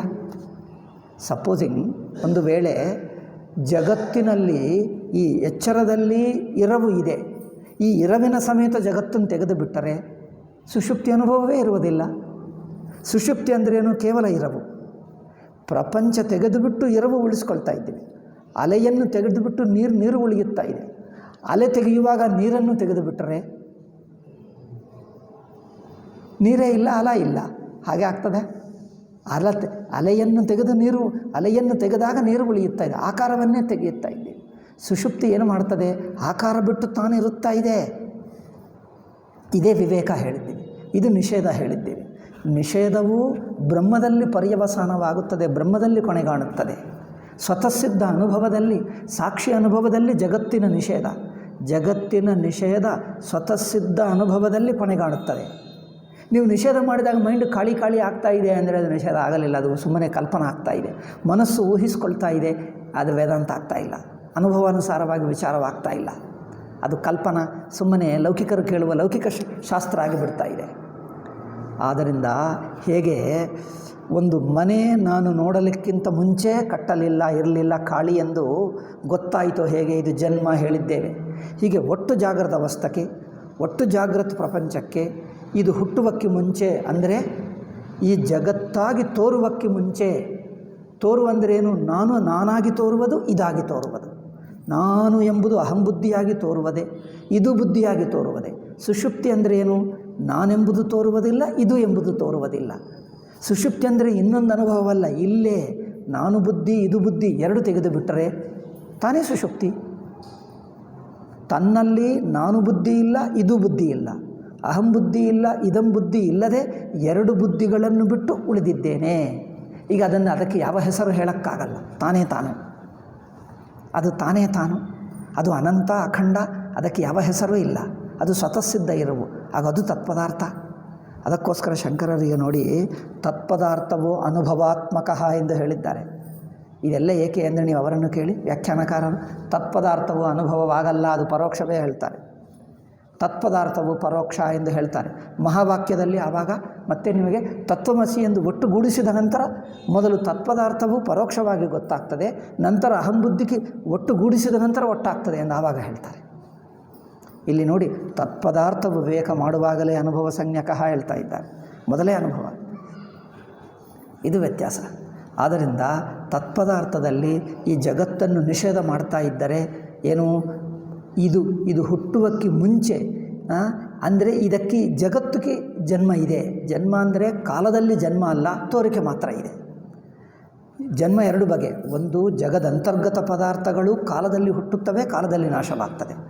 ಒಟ್ಟು ಜಗತ್ತು ಕಾಲದಲ್ಲಿ ಹುಟ್ಟಲ್ಲ, ಕಾಲದಲ್ಲಿ ನಾಶವಾಗಲ್ಲ, ಆದರೆ ಹುಟ್ಟುತ್ತದೆ, ನಾಶವಾಗ್ತದೆ. ಅಂದರೆ ತೋರ್ತದೆ, ತೋರಿಕೆ ಬಿಡುತ್ತದೆ ಅಷ್ಟೇ. ತೋರ್ತದೆ, ತೋರಲ್ಲ, ಇಷ್ಟ ಆಗುತ್ತದೆ. ತೋರ್ತದೆ ಅಂದರೆ ತೋರಿಕೆ ಬಿಡುತ್ತದೆ ಅಂದರೆ ಅವ್ಯಕ್ತ, ತೋರಲ್ಲ ಎಂದರ್ಥ ಅಷ್ಟೇ. ಅದು ಕಾಲದಲ್ಲಿ ಆಗಲ್ಲ, ಆದರೆ ತೋರಿಕೆ ಇಲ್ಲ, ಇಷ್ಟು ಮಾತ್ರ ಹೇಳ್ತೀವಿ. ಅಂದರೆ ತೋರ್ತದೆ, ತೋರ್ತಾ ಇಲ್ಲ ಎನ್ನುವುದು ಮಾತ್ರ ಗೊತ್ತಾಗುವ ಆಧಾರ ಇದೆ. ತೋರ್ತಾ ಇದೆ, ತೋರ್ತಾ ಇಲ್ಲ ಎನ್ನುವುದು ಸ್ವತಃಸಿದ್ಧ ಸಾಕ್ಷಿ ಇದೆ. ಆ ಸಾಕ್ಷಿ ಅನುಭವದಲ್ಲೇ ಇದಿಗೋ ಜಗತ್ತು ತೋರ್ತಾ ಇದೆ, ನಂತರ ಜಗತ್ತು ಬಿಟ್ಟು ಹೋಯಿತು. ನಾನು ಬುದ್ಧಿ ಇಲ್ಲ, ಇದಂ ಬುದ್ಧಿ ಇಲ್ಲ, ಅಹಂ ಬುದ್ಧಿ ಇಲ್ಲ, ಇದಂ ಬುದ್ಧಿ ಇಲ್ಲದ ಸ್ವತಃಸಿದ್ಧ ಅರಿವುದು ಅಖಂಡ ಅನಂತವಾದ ಇರುವು ಇದೆ, ಅದು ತತ್ಪದಾರ್ಥ ಅಲ್ಲವೇ? ಹೀಗೆ ಅಜಾದಿ ಶಬ್ದೈ ಜನ್ಮಾದಯೋ ಭಾವವಿಕಾರಾ ನಿವರ್ತಿತಾ ಒಂದು ವಾಕ್ಯ. ಅಜರಂ ಅಮರಂ, ಅಜಂ ಅಮರಂ ಅಜರಂ ಈ ವಾಕ್ಯದಿಂದ ಏನಾಗ್ತಾ ಇದೆ ಎಂದು ಭಾಷ್ಯಕಾರರು ಹೇಳಿ, ಅಜಾದಿ ಶಬ್ದೈ, ಅಜ ಅಜರ ಅಮರ ಎಂಬ ಶಬ್ದಗಳಿಂದ ಏನಾಗ್ತದೆ? ಜನ್ಮ, ಮುಪ್ಪು, ಮರಣ, ಈ ಮೂರನ್ನು ತೆಗೆಯುತ್ತಾ ಇದ್ದೇವೆ. ಸುಷುಪ್ತಿಗೆ ಮರಣವಾಗಿ ಎಚ್ಚರ ಒಟ್ಟು ಪ್ರಪಂಚ ಹುಟ್ಟಿದೆಯಾ? ಒಟ್ಟು ಪ್ರಪಂಚಕ್ಕೆ ಮರಣವಾಗಿದೆಯಾ? ಒಟ್ಟು ಪ್ರಪಂಚವನ್ನು ಮರಣ ಮಾಡಿ ಸುಷುಪ್ತಿಗೆ ತಲುಪುತ್ತಾ ಇದ್ದೀವಾ? ಏಕೆಂದರೆ ಪ್ರಪಂಚವೇ ಇಲ್ಲ, ಅದು ಮರಣ ಮಾಡುವುದಲ್ಲ. ಮರಣ ಅಂದರೆ ಕಾಲದಲ್ಲೇ ಆಗುತ್ತದೆ. ಒಟ್ಟು ಪ್ರಪಂಚವು ಕಾಲದಲ್ಲಿ ಹೋಗುತ್ತಾ ಇಲ್ಲ, ಪ್ರಪಂಚವೇ ಇಲ್ಲ ಅಷ್ಟೇ. ಪ್ರಪಂಚವಿಲ್ಲ ಅಂದರೆ ಏನು? ಪ್ರಪಂಚವಿಲ್ಲದೆ ಖಾಲಿ ಇದೆ ಅಂತ ಅರ್ಥ ಅಲ್ಲ. ಪ್ರಪಂಚವಿಲ್ಲ ಅಂದರೆ ತಾನೇ ಬ್ರಹ್ಮ ಇದೆ ಅಂತ ಅರ್ಥ. ಪ್ರಪಂಚವಿಲ್ಲದ ಎರುವು ಮಾತ್ರ ಇದೆ. ಇದು ಒಂದು ವಸ್ತು ನೋಡಿ, ಇದು ಪೆನ್ನಿಲ್ಲ ಅಂದರೆ ಪೆನ್ನುಕ್ಕೆ ಆಧಾರ ಇದೆ ಅಂತ ಅರ್ಥ ಅಲ್ಲವೇ? ಇದಿಲ್ಲ ಅಂದರೆ ಇದು ತೆಗೆದಾಗ ಆಧಾರ ಕಂಡು ಬರ್ತದೆ. ನೀರಿಲ್ಲ ಅಂದರೆ ನೀರಿನ ಆಧಾರ, ಅಲೆ ಇಲ್ಲ ಅಂದರೆ ಅಲೆಯ ಆಧಾರ ನೀರಿದೆ ಅಂತ ಅರ್ಥ. ಹಾಗೆ ಪ್ರಪಂಚವಿಲ್ಲ ಅಂದರೆ ಪ್ರಪಂಚ ಯಾವ ಅರಿವಿನಲ್ಲಿ ತೋರಿತೋ ಆ ಅರಿವಿಗೆ ಪ್ರಪಂಚವಿಲ್ಲ, ಅರಿವು ಮಾತ್ರ ಇದೆ ಅಂತ ಅರ್ಥ. ಆ ಅರಿವಿಗೆ ಪ್ರಪಂಚವಿಲ್ಲ ಅಂದ್ರೇನು? ಅರಿವು ಮಾತ್ರ ಇದೆ ಅಂತ ಅರ್ಥ. ಈಗ ತೋರಿಕೆ ಇಲ್ಲ ಅಂದರೆ ಎಲ್ಲಿ ಹೋಯಿತು? ತೋರಿಕೆನೂ ಅರಿವಿನಲ್ಲೇ ಮುಳುಗಿ ಹೋಯಿತು. ತೋರಿಕೆಯೂ ಅರಿವೇ, ಅರಿವಿಗಿಂತ ತೋರಿಕೆ ಇಲ್ಲ, ಇರವುಗಿಂತ ತೋರಿಕೆ ಇಲ್ಲ. ತೋರುವುದೂ ಇಲ್ಲ, ತೋರುವ ಬಿಡುವುದೂ ಇಲ್ಲ. ತೋರಿಕೆ ಬಿಟ್ಟು ಹೋಗುವುದು ಎರಡೂ ಇರುವೆ. ತೋರಿಕೆ ಬಿಟ್ಟು ಹೋಗುವುದು ಎರಡೂ ಅರಿವೆ. ನೋಡಿ, ಒಟ್ಟು ಜಗತ್ತು ತೋರುವುದು, ತೋರಿಕೆ ಬಿಟ್ಟು ಹೋಗುವುದು, ಈ ಎರಡೂ ಅರಿವೆ. ಅದರಿಂದ ಸುಷುಪ್ತಿಯಲ್ಲೇ ಎಚ್ಚರ ತೋರುವುದು, ಎಚ್ಚರ ಮುಳುಗಿ ಹೋಗುವುದು ಎರಡೂ ತಾನಲ್ಲಿ. ಅಂದರೆ ಅರಿವು ಒಂದೇ ಇದೆ, ಹೀಗೆ ತಿಳ್ಕೊಳ್ಳುವುದು ತತ್ಪದಾರ್ಥ ವಿವೇಕ ಎಂದು ಹೇಳಿದ್ದಾರೆ. ಆಯಿತು. ಅಸ್ಥೂಲಾದಿ ಶಬ್ದೈಶ್ಚ ಸ್ಥೌಲ್ಯಾದಯೋ ದ್ರವ್ಯಧರ್ಮ. ಈಗ ಮತ್ತೆ ಮುಂದಿನ ವಾಕ್ಯದಲ್ಲಿ ಅಸ್ಥೂಲಂ ಅಣನು ಅಹ್ರಸ್ವಂ ಅದೀರ್ಘಂ, ಇದು ಕೊನೆಯ ವಾಕ್ಯ. ಇದಾದ ನಂತರ ಈಗ ತ್ವಂಪದಾರ್ಥ ವಿವೇಕವೇ. ತತ್ಪದಾರ್ಥದಲ್ಲಿ ಇದು ಒಂದಿದೆ. ಇದರಲ್ಲಿ ಅಸ್ಥೂಲಂ ಅಂದರೆ ಸ್ಥೂಲ ಅಂದರೆ ಏನು? ದೊಡ್ಡದು. ಹ್ರಸ್ವ ಅಂದರೆ ಸಣ್ಣದು. ಇನ್ನೊಂದು ಅಣು ಅಂದರೆ ಹ್ರಸ್ವ ಅಂದರೆ ಸಣ್ಣದಲ್ಲ, ಏನು ಹೇಳ್ತಾರೆ? ಶಾರ್ಟ್ಗೆ ಏನು ಹೇಳ್ತಾರೋ ಕನ್ನಡದಲ್ಲಿ. ಸ್ಥೂಲ ಅಂದರೆ ದಪ್ಪದು, ಅಣು ಅಂದರೆ ಸಣ್ಣದು, ಹ್ರಸ್ವ ದೀರ್ಘ, ಸ್ಥೂಲ ಸೂಕ್ಷ್ಮ. ಇದು ಕಾಂಟ್ರಾಸ್ಟ್ ಏನಂದರೆ, ಸ್ಥೂಲ ಅಂದರೆ ದಪ್ಪದು, ಸೂಕ್ಷ್ಮ ಅಂದರೆ ಅಣು ಅಂದರೆ ಸಣ್ಣದು, ಹ್ರಸ್ವ ಅಂದರೆ ಚಿಕ್ಕದು, ಉದ್ದ ಅಂದರೆ ದೀರ್ಘದು. ಅಂದರೆ ಇವೆಲ್ಲ ಏನು ಹೇಳುತ್ತದೆ? ಸೈಜ್ ಎಂದು ಹೇಳುತ್ತದೆ ಅಲ್ಲವೇ? ಹ್ರಸ್ವ ದೀರ್ಘ ಅಂದರೆ ಶಾರ್ಟ್ಗೇನು ಹೇಳ್ತಾರೆ? ಚಿಕ್ಕದು ಅಥವಾ ದೊಡ್ಡದು, ಉದ್ದದಾಗಿದೆ ಅಥವಾ ಚಿಕ್ಕದಾಗಿದೆ, ಅಥವಾ ಸಣ್ಣದಾಗಿದೆ ದಪ್ಪದಾಗಿದೆ.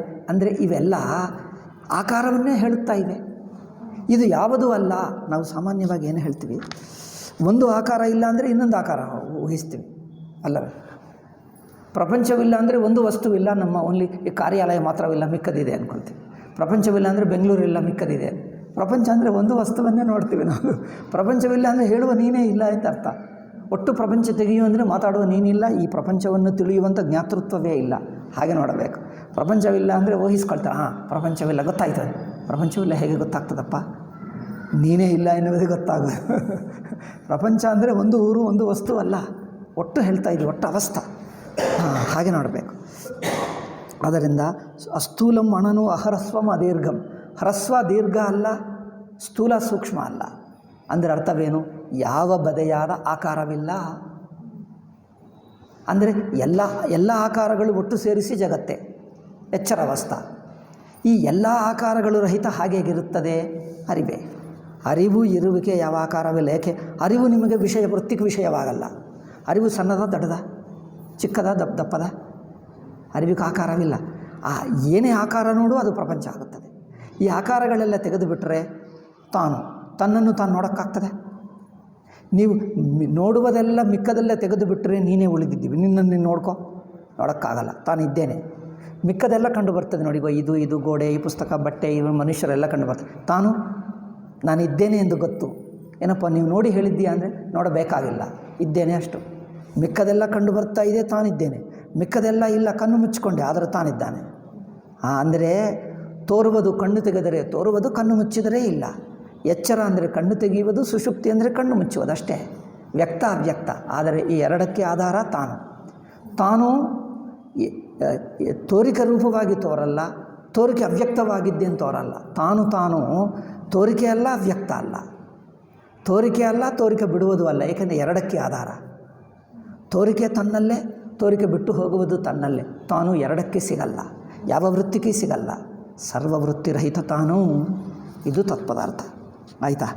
ಇದು ವಿಜ್ಞಾನಾದಿ ಶಬ್ದೈಶ್ಚ ಚೈತನ್ಯ ಪ್ರಕಾರ ಇನ್ನೊಂದು ಇದೆ, ಇನ್ನೊಂದೆರಡು. ವಿಜ್ಞಾನಾದಿ ಶಬ್ದೈಶ್ಚ ವಿಜ್ಞಾನಮಾನಂದಂ ಬ್ರಹ್ಮ. ವಿಜ್ಞಾನಂ ಅಂದರೆ ಅರ್ಥವೇನು? ಚೈತನ್ಯ ಪ್ರಕಾಶಾತ್ಮಕತ್ವ ಮುಕ್ತಂ. ವಿಜ್ಞಾನಂ ಅಂದರೆ ಏನು ಅಂದರೆ ತಿಳಿಯಲ್ಪಡುವುದಲ್ಲ, ಎರಡು ಇರುತ್ತದೆ. ವಿಜ್ಞಾನಂ ಅಂದರೆ ಚೈತನ್ಯಾತ್ಮ. ಚೈತನ್ಯಾತ್ಮ ಅಂದರೆ ಹೇಗೆ? ಊಹಿಸ್ಕೊಂಡ್ರೆ ಚೈತನ್ಯಾತ್ಮ ಅಲ್ಲ, ಕಲ್ಪನಾ ಮಾಡಬೇಡಿ, ಅನುಭವ. ನೇರಾಗಿ ಅನುಭವದಲ್ಲೇ ಚೈತನ್ಯ ನೋಡಬೇಕು. ಅಂದರೆ ಅರಿವಿನಲ್ಲಿ ಗೊತ್ತಾಗುವುದು ನಿಷೇಧ ಮಾಡ್ತಾ ಇದ್ದೀವಿ, ಅರಿವು ಪರಿಮಿತ ಅರಿವು ನಿಷೇಧ ಮಾಡ್ತಾ ಇದ್ದೀವಿ. ಅರಿವಿಗೆ ಗೊತ್ತಾಗುವುದು ಅಂದರೆ ಇದಂ ರೂಪೇಣ ಗೊತ್ತಾಗುವುದು, ಅರಿವಿನಲ್ಲಿ ಪರಿಮಿತವಾಗಿ ಗೊತ್ತಾಗುವುದಂದರೆ ಅಹಂ ರೂಪೇಣ ಗೊತ್ತಾಗುವುದು. ಅಹಂ ರೂಪೇಣ ಗೊತ್ತಾದರೆ ಅರಿವೇ ಗೊತ್ತಾಗ್ತಾ ಇದೆ, ಪರಿಮಿತ ವೃತ್ತಿ ಆಗ್ತಾ ಇದೆ. ಇದಂ ರೂಪೇಣ ಅಂದರೆ ಅರಿವಿಗಿಂತ ಇನ್ನೊಂದಾದಿ. ಇಲ್ಲಿ ಏನು ಹೇಳ್ತಾ ಇದ್ದೀವಿ? ಅರಿವಿಗಿಂತ ಇನ್ನೊಂದು ತೆಗೆದು ಬಿಡ್ತಾ ಇದ್ದೀವಿ, ಅರಿವಿನ ಪರಿಮಿತಿ ತೆಗೆದು ಬಿಡ್ತಾ ಇದ್ದೀವಿ. ಅರಿವು ಅಖಂಡ, ಅದು ಯಾವುದಕ್ಕೆ ಗೊತ್ತಾಗಲ್ಲ, ಆದರೆ ಸ್ವಯಂ ಪ್ರಕಾಶ ಇದೆ, ತಾನಿದೆ. ಹೀಗೆ ವಿಜ್ಞಾನಾದಿ ಶಬ್ದೈಶ್ಚ ಚೈತನ್ಯ ಪ್ರಕಾಶಾತ್ಮಕತ್ವ ಉಕ್ತಂ. ಅದು ಕೇವಲ ಚೈತನ್ಯ ಪ್ರಕಾಶ ಅಂದರೆ ಸ್ವಯಂ ಪ್ರಕಾಶ. ಏವಂ, ಹೀಗೆ ಈಗ ಮುಗಿಸ್ತಾನೆ ಒಂದು ವಾಕ್ಯದಿಂದ. ಏವಂ ವ್ಯಾವೃತ್ತ ಸರ್ವ ಸಂಸಾರ ಧರ್ಮಕಃ. ಎಲ್ಲ ಬಗೆಯಾದ ಸರ್ವ ಸಂಸಾರ ಧರ್ಮಗಳನ್ನು ನಿಷೇಧ ಮಾಡಿ, ಅನುಭವಾತ್ಮಕ ಸರ್ವ ಸಂಸಾರ ಧರ್ಮಗಳನ್ನು ನಿಷೇಧ ಮಾಡಿದ್ದರೆ ಆ ನಿಷೇಧವು ಎಲ್ಲಿ ಹೋಗಿ ತಲುಪುತ್ತದೆ, ಎಲ್ಲಿ ಕೊನೆಗಾಣುತ್ತದೆ? ತನ್ನಲ್ಲಿ, ತನ್ನ ಅನುಭವದಲ್ಲಿ. ಯಾವ ಅನುಭವದಲ್ಲಿ ಕೊನೆಗಾಣುತ್ತದೋ ಅದೇ ತತ್ಪದಾರ್ಥ. ಅನುಭವಾತ್ಮಕ ಬ್ರಹ್ಮ ಸಂಜ್ಞಕಃ, ಅದಕ್ಕೆ ಬ್ರಹ್ಮ ಎಂದು ಹೆಸರು. ಯಾವ ಅನುಭವದಲ್ಲಿ ಕೊನೆಗಾಣುತ್ತದೋ ಈ ನಿಷೇಧವಲ್ಲ. ಇಡೀ ಜಗತ್ತನ್ನು ನಿಷೇಧ ಮಾಡಿದ್ದಾಗ ಯಾವ ಅನುಭವದಲ್ಲಿ ನಿಲ್ಲುತ್ತದೋ ಅದು ಬ್ರಹ್ಮ, ಬ್ರಹ್ಮ ಸಂಜ್ಞಕಃ, ಅದು ತತ್ಪದಾರ್ಥ. ಇದು ತತ್ಪದಾರ್ಥವು ಇದು ಎಲ್ಲಿದೆ ಅಂದರೆ ವೇದಾಂತದಲ್ಲಿದೆ. ವೇದಾಂತ ಕೇಳಿಕೊಂಡವರಿಗೆ ಎಲ್ಲರಿಗೂ ಗೊತ್ತು. ವೇದಾಂತ ಅಭಿಯುಕ್ತಾನಾಂ ಪ್ರಸಿದ್ಧ. ವೇದಾಂತ ಗುರುಗಳಿಗೆ, ವೇದಾಂತಿಗಳಿಗೆ ಇದು ತುಂಬ ಪ್ರಸಿದ್ಧವಾಗಿದೆ, ಶಾಸ್ತ್ರದಲ್ಲಿದೆ. ಇದು ತತ್ಪದಾರ್ಥ. ಈಗ ತಥಾ ತ್ವಂ ಪದಾರ್ಥೋಪಿ, ಅದೀಗ ನಾಳೆ ತ್ವಂ ಪದಾರ್ಥ ನಾಳೆ ಹೇಳೋಣ ಸಾಕು. ಓಂ ಶಾಂತಿ ಶಾಂತಿ ಶಾಂತಿ. ಹರಿ ಓಂ ಶ್ರೀ ಗುರುಭ್ಯೋ ನಮಃ. ಹರಿ ಓಂ ತತ್ಸತ್.